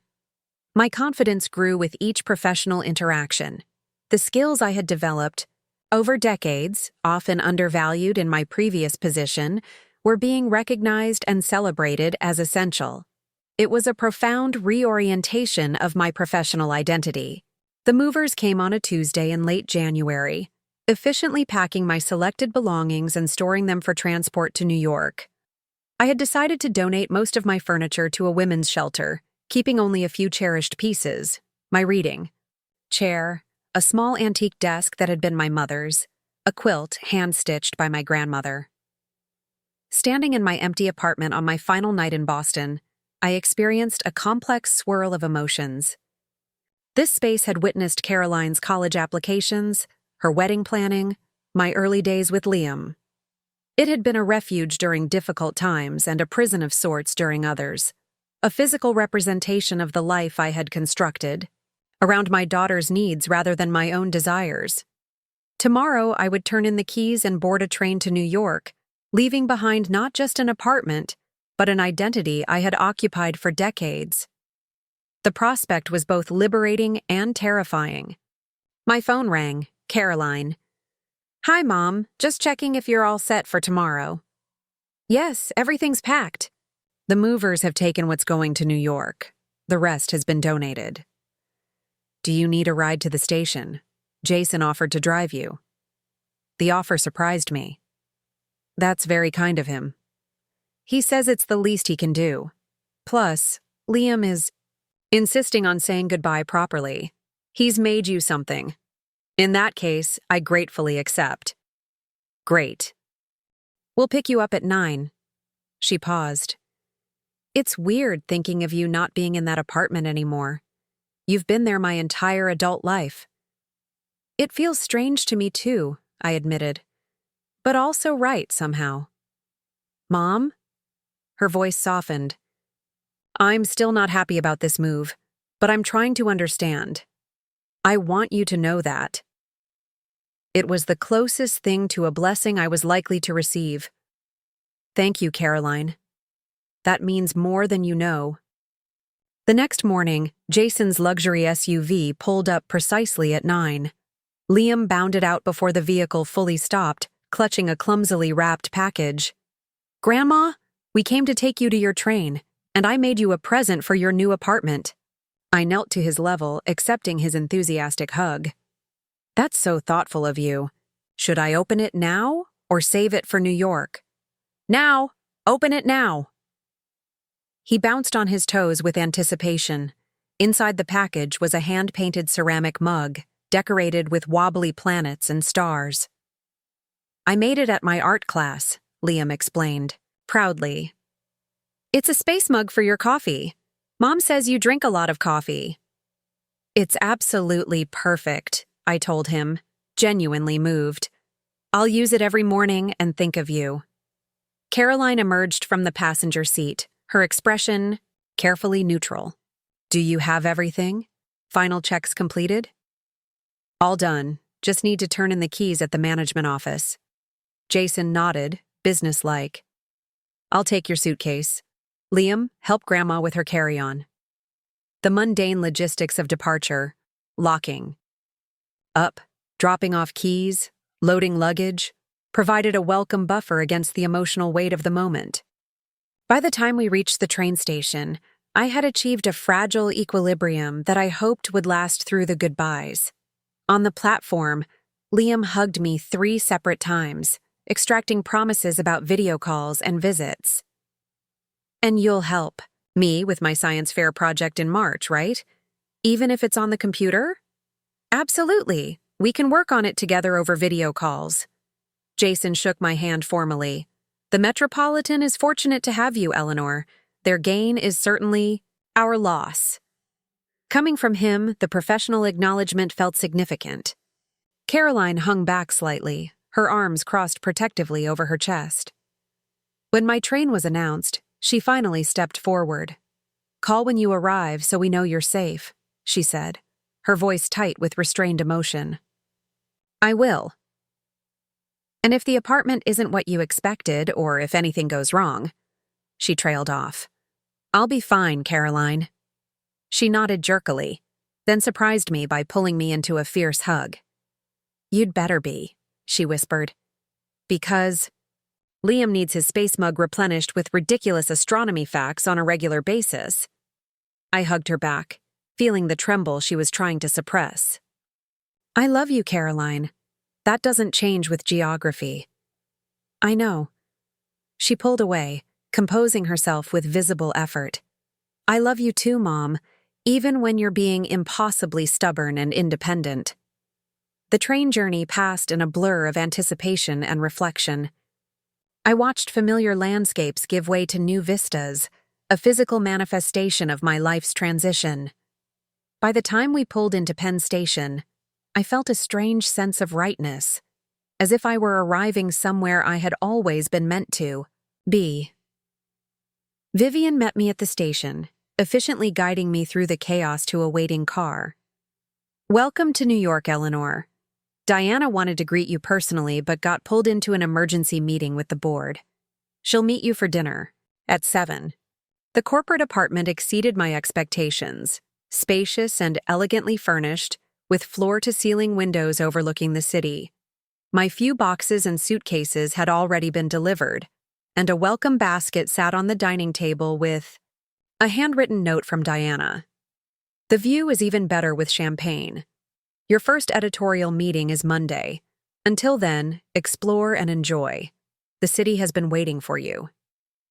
That evening, Diana took me to dinner at a small, exclusive restaurant in the West Village where the chef greeted her by name. Over exquisite food and wine, we discussed the imprint's upcoming projects and my role in shaping its direction. We have 3 manuscripts I'm particularly excited about, Diana explained, handing me a slim portfolio. First novels from diverse voices, each with tremendous potential but needing expert guidance to fully realize their vision. I thought you might want to review them this weekend, get a sense of what you'll be working with. I accepted the portfolio with a sense of purpose I hadn't felt in years. I'd love to start immediately. Not too immediately, Diana cautioned. With a smile. You have 3 days before official duties begin. Use at least some of that time to explore your new home. The work will still be there Monday. The weekend passed in a beautiful balance of professional preparation and personal discovery. I spent mornings reviewing the manuscripts Diana had provided, making careful notes on structural possibilities and thematic enhancements. Afternoons were devoted to exploration, walking through Central Park, visiting the Museum of Modern Art, finding small bookstores and cafes that might become regular haunts. On Sunday evening, Caroline and Liam video called to check in. Liam was full of questions about New York. Have you seen the Empire State Building yet? Is your apartment super high up? Have you ridden the subway? While Caroline observed with cautious interest. The place looks nice, she commented, peering at what she could see of the apartment through the camera. Better than I expected, actually. It's very comfortable, and the neighborhood is lovely. There's a park nearby. Excellent restaurants, 3 bookstores within walking distance. Mom found a store that sells nothing but astronomy stuff, Liam announced excitedly. She's going to take me there when we visit. Caroline gave a small smile. He's got the whole visit planned already. I hope your schedule can accommodate a museum every day and 2 trips to the planetarium. I'll make it work, I promised, warmed by the casual assumption that there would indeed be a visit. So, tomorrow's the big day?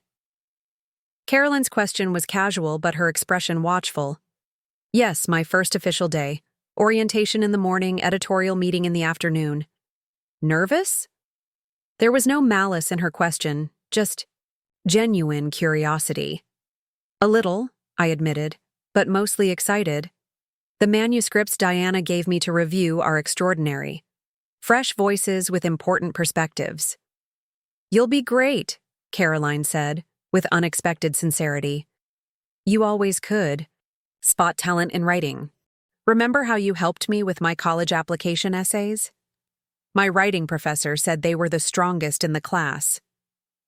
The memory, Caroline at 17, accepting my editorial suggestions with unusual grace, sent a wave of warmth through me. You were always a good writer when you applied yourself. Only because you taught me how to structure an argument properly. She glanced away, then back. Anyway, we should let you prepare for tomorrow. Liam, say goodnight to Grandma. Night. Grandma! Good luck at your new job. Send pictures of all the cool New York stuff. After they hung up, I sat with the pleasant afterglow of the conversation. Caroline's acknowledgement of my editorial skills, however casual, felt significant. A recognition of my professional identity separate from my maternal role. It was a small step toward a more balanced relationship. Monday morning arrived with a crystalline clarity to the winter air. I dressed with care in one of the new outfits I'd purchased for work. A charcoal pencil skirt, cream silk blouse, and tailored navy blazer that Diana had assured me struck the right balance between professional and creative for the Metropolitan's culture. The company's headquarters occupied several floors of a sleek midtown tower. In the lobby, a security guard checked my temporary ID and directed me to the executive elevator bank. 32nd floor for HR orientation, Ms. Reynolds. Welcome to the Metropolitan. The elevator opened directly into a reception area decorated with enlarged magazine covers spanning decades. A visual history of the publication's cultural influence. A young woman with purple-tipped hair greeted me warmly. Ms. Reynolds, we're so excited to have you joining us. I'm Zoe, Diana's assistant. She asked me to escort you to orientation and then bring you to the editorial meeting at 2. The morning passed in a whirlwind of paperwork, introductions, and system setups. Everyone I met was welcoming and professional. treating me with a respect that felt both foreign and deeply affirming after years of professional stagnation. The HR director, a brisk woman named Margot, handed me an elegant leather portfolio embossed with the Metropolitan's logo. Your official welcome package, security access, health insurance enrollment, retirement plan details, everything's in here. Diana mentioned you're staying in corporate housing initially? Yes, while I explore neighborhoods for something permanent. Excellent. We typically recommend new executives take at least a month before committing to a particular area. The city reveals itself slowly, especially to newcomers. By lunchtime, I had an official email address, security credentials, and a basic understanding of the company's organizational structure. Zoe reappeared precisely at noon. Hungry? The executive dining room is lovely, but I thought you might prefer something more authentic for your first day. There's a fantastic little Italian place around the corner that Diana loves. Over pasta. That lived up to its recommendation. Zoe briefed me on the afternoon's editorial meeting. It'll be the full team, 6 acquisition editors, 3 development editors, plus the marketing director. Don't worry about remembering everyone immediately. They're a friendly bunch mostly. Mostly? I questioned with a smile. Zoe grinned back. Marcus in marketing can be intense, especially around launch cycles. And Taylor, our newest acquisition editor, is brilliant but sometimes a bit territorial about her authors. Just standard publishing personalities. Nothing you haven't handled before, I'm sure. Her casual confidence in my abilities was refreshing. No condescension. No concern about my age or adjustment period, just a straightforward assumption of competence. At 2:00, Zoe escorted me to a spacious conference room where the editorial team was gathering. Diana stood at the head of the table, commanding the space with effortless authority. Everyone, your attention please, she called as we entered. I'm delighted to introduce Eleanor Reynolds, our new executive editor for the Horizon imprint. Eleanor brings decades of editorial expertise and a particular gift for narrative architecture that will be invaluable as we build this new venture. The introduction was met with genuine applause and curious glances. I recognized the weight of the moment. My first impression would set the tone for professional relationships that would define this new chapter. Thank you for such a warm welcome, I said, taking the seat Diana indicated at her right hand. I've spent the weekend reading some of the remarkable manuscripts you've acquired, and I'm incredibly excited about the voices we'll be bringing to readers through Horizon. I look forward to working with each of you to help these authors achieve their full potential. The meeting proceeded with presentations on current acquisitions, production timelines, and marketing strategies. I listened carefully, taking notes and occasionally offering observations when invited. The team was young but impressive, sharp, passionate about literature, and refreshingly diverse in background and perspective. When Diana asked for my thoughts on one of the manuscripts I'd reviewed over the weekend, I spoke confidently about its strengths and the structural adjustments that might elevate it further. The acquisition editor, Taylor, whom Zoe had mentioned, initially looked skeptical, but gradually nodded as I outlined specific suggestions. That's actually really insightful, she said when I finished. I've been struggling with the middle section, but I couldn't pinpoint why it was losing momentum. The parallel narrative structure you're suggesting could solve that elegantly. By the meeting's end, I had participated in substantive discussions about 5 manuscripts, suggested a promising comparative title for a marketing challenge, and volunteered to lead a structural edit on a particularly complex literary debut. I felt fully engaged professionally in a way I hadn't experienced in years, my opinions valued, my expertise acknowledged without question. As the team dispersed, Diana remained behind, a satisfied smile playing at her lips. Well, first impressions? They're exceptional, I said honestly. Sharp, committed, obviously talented. And of you? They were impressed, Ellie. Particularly Taylor, who isn't easily won over. It felt right, I admitted. Challenging but invigorating. I'd forgotten how much I loved deep editorial discussions. This is exactly why I wanted you here. You bring something they need. Experience. Certainly, but more than that. You bring perspective on narrative that can't be taught in publishing courses or picked up through industry trends. It's intuitive, developed through years of reading and editing thoughtfully. She gathered her materials, then paused.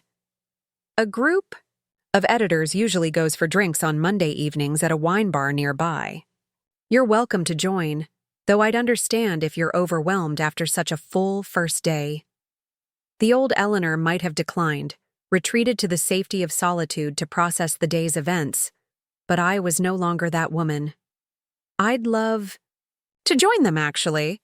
The best way to understand the team is to observe them in a more relaxed setting, isn't it? Diana's smile widened. Exactly right. Zoe will show you the way. I have a publisher's dinner tonight, but I want a full report. Tomorrow. The wine bar was sophisticated but comfortable, with intimate booths and excellent lighting. The editorial team had claimed a large table in the back, conversation already flowing freely when Zoe and I arrived. There was a momentary, awkward pause as they registered my presence, the new boss joining their social gathering, but Taylor quickly shifted to make room. Eleanor, join us. We were just debating the merits of first-person present tense in literary fiction. Marcus thinks it's overdone, but I maintain it creates immediacy that's hard to achieve otherwise.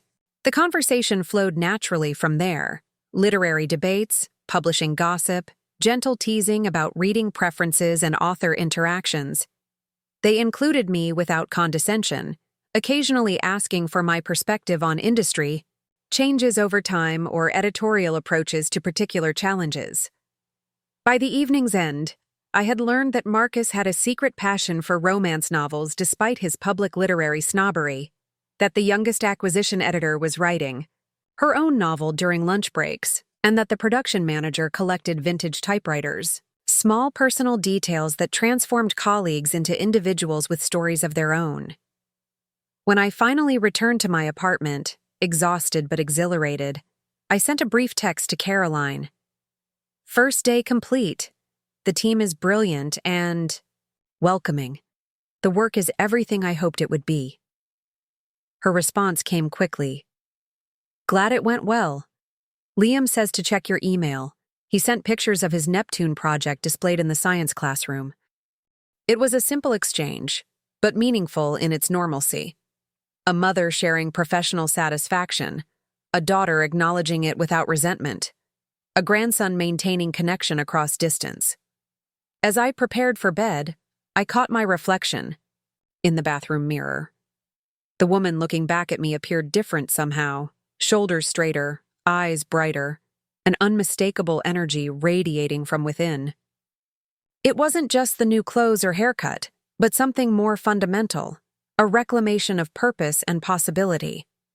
For the first time in decades, I was being valued for my mind rather than my utility, for what I could contribute intellectually, rather than what I could provide practically.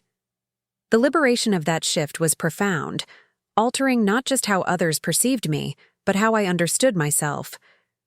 I thought of Liam and his passionate curiosity about the cosmos, of the wonder he found in discovering how vast and complex the universe truly was. Tonight, I felt something of that same wonder, not about distant planets, but about the unexplored territories of my own potential, territories I had nearly forgotten existed until Diana's invitation reminded me of their vastness. My new beginning hadn't erased my past or severed my family connections. Instead, it had added dimension, transforming me from a supporting character in others' stories to the protagonist of my own continuing narrative. Tomorrow would bring new manuscripts to shape, new colleagues to understand, new challenges to navigate, and I would meet them not as Caroline's mother or Liam's grandmother, though I remained proudly both, but as Eleanor Reynolds, executive editor, a woman reclaiming her place in the professional world she had once thought lost to her forever. The realization settled over me with the comfortable weight of truth. This wasn't a fantasy or temporary escape. This was my life now, expanded, enriched, and finally, genuinely mine.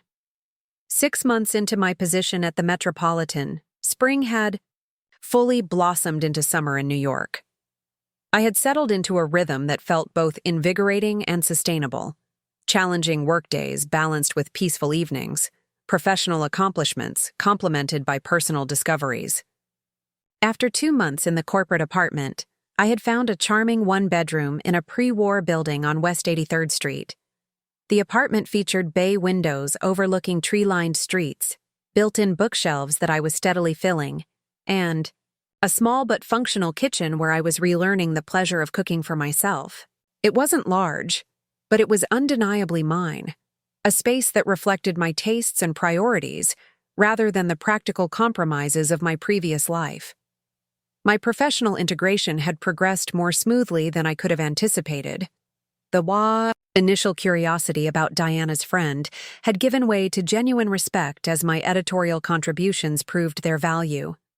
3 manuscripts I had shepherded through substantial revisions were now moving into production, each author having thanked me for insights that had elevated their work. Taylor, initially the most skeptical of the acquisition editors, had become something of a mentee, often appearing at my office door with manuscript questions that evolved into wider discussions of narrative craft. Even Marcus from marketing had come around, especially after I'd helped reframe the positioning for a literary debut he'd been struggling to categorize. "You have this knack," he'd told me, "for seeing the universal appeal in highly specific stories. It's making my job significantly easier." Diana, true to her nature, took minimal credit for my success, though she occasionally allowed herself a satisfied smile during meetings where my contributions were particularly well received. "I told you they needed your perspective," she said during one of our weekly dinners. "Publishing has become too formulaic, too algorithm-driven. You bring the human element back to the equation." Professionally, I had found my footing in this new world with surprising ease. The greater challenge had been maintaining and redefining my relationship with Caroline and Liam across the geographical distance. Video calls had become our primary connection, scheduled Sunday evening check-ins supplemented by spontaneous calls when Liam had astronomy questions or Caroline needed advice. The structure actually improved certain aspects of our communication. With the calls calendar blocked and prioritized, Caroline was less distracted, more present for our conversations than she had often been during in-person visits. Liam had adapted to the change with the resilience of childhood, treating our video calls as special events for which he prepared questions and observations. "Grandma, I saw Jupiter through my telescope last night. It had 3 visible moons." "That's wonderful, stargazer. Did you identify which moons they were?" His enthusiasm remained unchanged by distance, perhaps even enhanced by the focused attention our calls provided. He had taken to sending me daily space facts via Caroline's phone, a ritual that anchored our connection between more substantial conversations. Caroline's adjustment had been more complex. The initial anger and resentment had gradually softened into a wary acceptance, punctuated by occasional relapses into passive-aggressive comments or attempts at manipulation. But there were also promising moments of growth, small acknowledgments of my new life, tentative inquiries about my work that seemed genuinely interested rather than merely polite. "Mom, you mentioned an author you're working with who writes about mother-daughter relationships," she said during one call in late April. "Is her book published yet? I thought it might be interesting to read." These small shifts accumulated, gradually, like sediment forming new land after a geological upheaval. We were creating a different relationship, not without tension or old patterns, but with the possibility of greater balance and mutual respect. In early July, Liam and Caroline made their promised visit. I had prepared meticulously, researching child-friendly museums and restaurants, stocking my small kitchen with Liam's favorite snacks, creating a detailed itinerary that balanced structured activities with downtime. When they arrived at my apartment, Liam raced through each room, marveling at the city views and built-in bookshelves. "Grandma, you can see the whole world from here, and you have more books than the library." Caroline entered more cautiously, her gaze taking in every detail. I watched her closely, aware that she was forming impressions not just of my living space, but of the life it represented. "It's lovely," she finally said, genuine surprise in her voice. "Much more. You than I expected." "Thank you. It feels like home." She nodded, trailing her fingers along a bookshelf. "These are organized just like they were in the apartment in Boston, by subject, then author." The observation that I had maintained certain patterns from my previous life seemed to comfort her somehow. Perhaps it suggested that while circumstances had changed dramatically, I remained fundamentally the person she had always known. The visit unfolded better than I had dared hope. Liam was enchanted by the Natural History Museum's planetarium show, declaring it the best space thing ever. Caroline gradually relaxed, appearing to enjoy the city's energy and cultural offerings more than she had anticipated. We established easy rhythms, morning coffee while Liam watched cartoons, adventures during the day, quiet evenings with board games or movies. On their final evening, after Liam had fallen asleep in the guest room surrounded by museum souvenirs and new books, Caroline and I sat in my small living room with glasses of wine. "You seem different here," she observed, her tone neutral but curious. "Different how?" She considered this, head tilted slightly. "More present somehow. More yourself. I'm not explaining it well." "I think I understand what you mean. I feel more fully engaged with my life now, professionally and personally." She nodded slowly. "I was prepared to find you struggling, or lonely or overwhelmed. That would have made this easier in a way. I could have felt validated in my concerns." A small, rueful smile crossed her face. "Instead, you're thriving. It's disorienting." "I'm sorry it's disorienting," I offered carefully. "But not sorry that I'm thriving." "No, you shouldn't be." She took a sip of wine. "Mom, I've been thinking a lot about our history, the patterns we've established. I wasn't. I haven't always been fair to you." The admission, however tentative, caught me by surprise. We all have our blind spots in family relationships. Mine has been seeing you primarily as my mother, my support system, and not as a person with your own needs and aspirations. She gestured around the apartment. "Being here makes it impossible to maintain that perspective. This is clearly a life you've built for yourself, not just an escape from obligations." The insight was more profound than I had expected, especially from Caroline, who had historically struggled with perspective outside her immediate needs and perceptions. "Thank you for seeing that," I said simply. "I'm trying." She met my eyes directly. "I won't pretend it's been easy adjusting to this change. There are still days I feel angry or abandoned. But watching you this week, how engaged you are with your work, how you've created this space that so clearly reflects you, I'm beginning to understand that this isn't about rejection, it's about self-respect." The observation was so accurate it momentarily took my breath away. Yes, that's exactly what it is. "I want that for myself someday," she admitted quietly. "The clarity you seem to have about your own value." It was perhaps the most honest conversation we had ever had as adults, Caroline acknowledging my autonomy while revealing her own vulnerability. Neither of us pushed further that night, both recognizing the fragility of this new terrain. But something had shifted, a foundation laid for a different kind of relationship moving forward. After they departed the next morning, Liam extracting promises about my attendance at his school science fair in October, Caroline hugging me with unexpected warmth, I returned to my apartment with a complex mixture of emotions. The visit had been successful beyond my expectations. Yet their absence left a tangible emptiness in spaces that had briefly contained their energy and voices. This, I realized, was the natural consequence of my choice. Periods of separation balanced against more meaningful connection when together.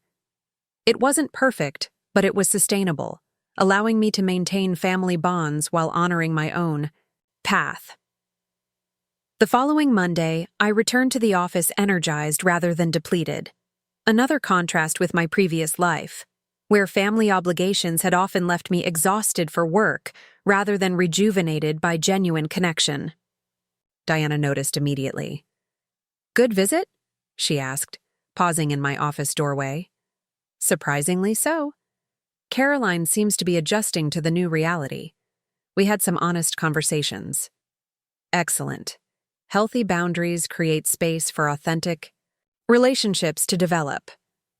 She glanced at her watch. "Editorial meeting in 10. We're discussing fall acquisition targets." The meeting was particularly engaging. A debate about emerging literary trends and underrepresented voices we might cultivate. I advocated strongly for a manuscript Taylor had discovered from an older debut novelist, a woman in her 60s who had written a powerful exploration of reinvention after loss. "Her perspective offers something our list currently lacks," I argued. "There's wisdom in the narrative that resonates without being didactic, and the market assumptions about debut authors being exclusively young are ready to be challenged." My passionate defense swayed the more hesitant voices. As the meeting concluded, Diana gave me a meaningful nod, acknowledgement that my perspective had influenced a significant acquisition decision. Later that afternoon, I received an unexpected call from Jason. We had maintained minimal direct contact since my move. Our communications filtered almost exclusively through Caroline. "Eleanor, hope I'm not interrupting. I wanted to discuss something Caroline may have mentioned during her visit." "She didn't mention anything specific from you," I replied, curious about this unusual direct outreach. Well, I've been considering some investment opportunities in publishing, digital innovations specifically. Given your insider perspective now, I thought you might be willing to provide some industry insights over dinner when you're next in Boston." The request revealed how profoundly perceptions had shifted. 6 months ago, I had been the mother-in-law whose professional opinion was irrelevant. Now I was a potential business resource with valuable industry knowledge. "I'd be happy to share general observations, Jason, though of course I'm limited in what I can discuss about specific metropolitan strategies." "Understood. Purely general industry trends, disruption potentials, adaptation patterns, that sort of thing." He paused. "Caroline mentioned you might be visiting for Liam's science fair in October?" "Yes, I've promised to attend." "Excellent. We'll arrange dinner that weekend. Caroline says you're doing well there. The job, the apartment, everything." The comment, casually delivered but undoubtedly intentional, represented another small acknowledgement of my successful transition. "Yes, things have worked out very well." "Good, that's good." His tone remained professionally detached, but the conversation itself, him reaching out directly, acknowledging my expertise, represented meaningful evolution in our family dynamics. As summer progressed into early fall, my professional contributions at the Metropolitan continued to expand. Diana appointed me to the acquisition committee for the main publishing division, not just our specialized imprint, recognizing that my editorial perspective had value across multiple genres and formats. "You have a gift for identifying the heart of a narrative," she explained, "regardless of its category or target demographic. We need that perspective at the higher decision-making level." The promotion came with increased responsibilities, but also greater creative influence and a substantial salary adjustment. I found myself in the unprecedented position of having not just financial security, but actual prosperity, able to invest thoughtfully in my future while enjoying modest luxuries in my present. I joined a book club in my neighborhood, enrolled in a photography class at a community center, and became a regular at local cultural events.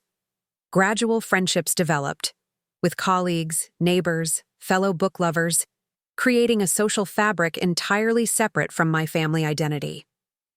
In September, I received an email from Caroline with an attachment labeled, "Thought you might find this interesting." It contained a job listing for a curriculum development position at Liam's school, focused on creating science-based literature programs for elementary students. The gesture was meaningful on multiple levels: recognition of my professional expertise, awareness of my love for Liam, and most significantly, absence of pressure or manipulation. She hadn't called insisting I apply or suggesting it would solve our geographical separation. She had simply shared information that intersected my interests, leaving any response entirely to my discretion. I replied with genuine appreciation for her thoughtfulness, explaining that while the position sounded fascinating, I was deeply committed to my current role and the literary voices I was helping to develop. Her response was equally mature. "Understood. Just thought you should. No options exist if circumstances ever change." The exchange, though brief, exemplified our evolving relationship: mutual respect for autonomous choices rather than emotional leverage or obligation. We were learning to connect as adults with separate lives rather than through the hierarchical, parent-child dynamics that had defined our previous interactions. October brought Liam's science fair, an event I attended with genuine enthusiasm rather than obligatory participation. His project, a detailed model of how light pollution affects astronomical observation, won first prize in his grade, an achievement he attributed partly to concepts we had discussed during our regular video calls. Grandma taught me about how city lights create a dome effect that blocks out stars, he explained proudly to the judges, his small chest puffed with importance. The weekend visit included the promised dinner with Jason to discuss publishing industry trends, a surprisingly engaging conversation that revealed genuine intellectual curiosity beneath his usually pragmatic exterior. Caroline joined us, contributing thoughtfully to the discussion and demonstrating greater interest in my professional world than she had ever shown previously. As I prepared to return to New York on Sunday evening, Caroline helped me pack while Liam prepared a travel science kit consisting of constellation flashcards and a small meteorite replica for me to remember him by. "Mom," Caroline said quietly, folding a sweater I had discarded, "I've been thinking about taking a creative writing class. The community college offers an evening workshop that works with my schedule."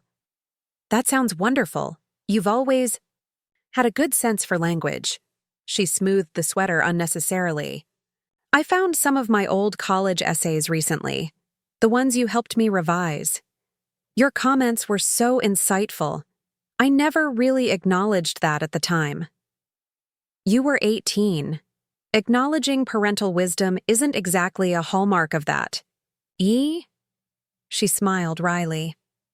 "Still, I could have been more appreciative. Anyway, I thought, maybe you could read something I write for the class. If you have time, of course. I understand how busy you are." The request, tentative, respectful of my time constraints, represented another step in our recalibrated relationship. "I'd be honored to read your work, Caroline. Truly." On the train back to New York that evening, watching the autumn landscape blur past the window, I reflected on the journey of the past year. The woman who had stood in Caroline's driveway last New Year's Eve, devastated by exclusion from her grandson's birthday celebration, would hardly recognize the life I now inhabited: professionally fulfilling, financially secure, rich with purpose and possibility. Yet that transformation hadn't required severing family bonds, only redefining them on healthier terms. Caroline and Liam remained central to my heart, our connections now based on mutual respect and genuine interest rather than obligation and utility. The geographical distance had, paradoxically, created space for emotional proximity of a more authentic nature. As the train approached New York, my phone chimed with a text from Diana. "Manuscript crisis. Promising debut needs emergency structural intervention. Breakfast meeting tomorrow 8 a.m.? I need your narrative architecture magic." The request, professional, respectful of my expertise, acknowledging my specific gifts, made me smile. This was the life I had chosen, with its challenges and rewards, its periods of solitude balanced by meaningful connection. It wasn't perfect, but it was authentically mine, a life reclaimed rather than merely received. When I arrived at my apartment, I unpacked Liam's travel science kit, placing the meteorite replica on my desk where I could see it while working. Then I made a cup of tea in the mug he had painted for me, its wobbly planets and stars now a cherished symbol of continuity. Amid change, tomorrow would bring new manuscripts to shape, new authors to guide, new challenges to navigate. And I would meet them not as a supporting character in someone else's story, but as the protagonist of my own continuing narrative. A narrative I was finally writing with intention and purpose, guided by hard-won wisdom and open to perpetual revision. The woman who had sacrificed everything for others had finally learned that the greatest gift she could offer the world was her fullest, most authentic self. That revelation had come later than I might have wished, but not too late to transform the chapters still unwritten. A truth worth remembering by anyone who believes their own story has already reached its conclusion. Up next, you've got 2 more standout stories right on your screen. If this one hit the mark, you won't want to pass these up. Just click and check them out.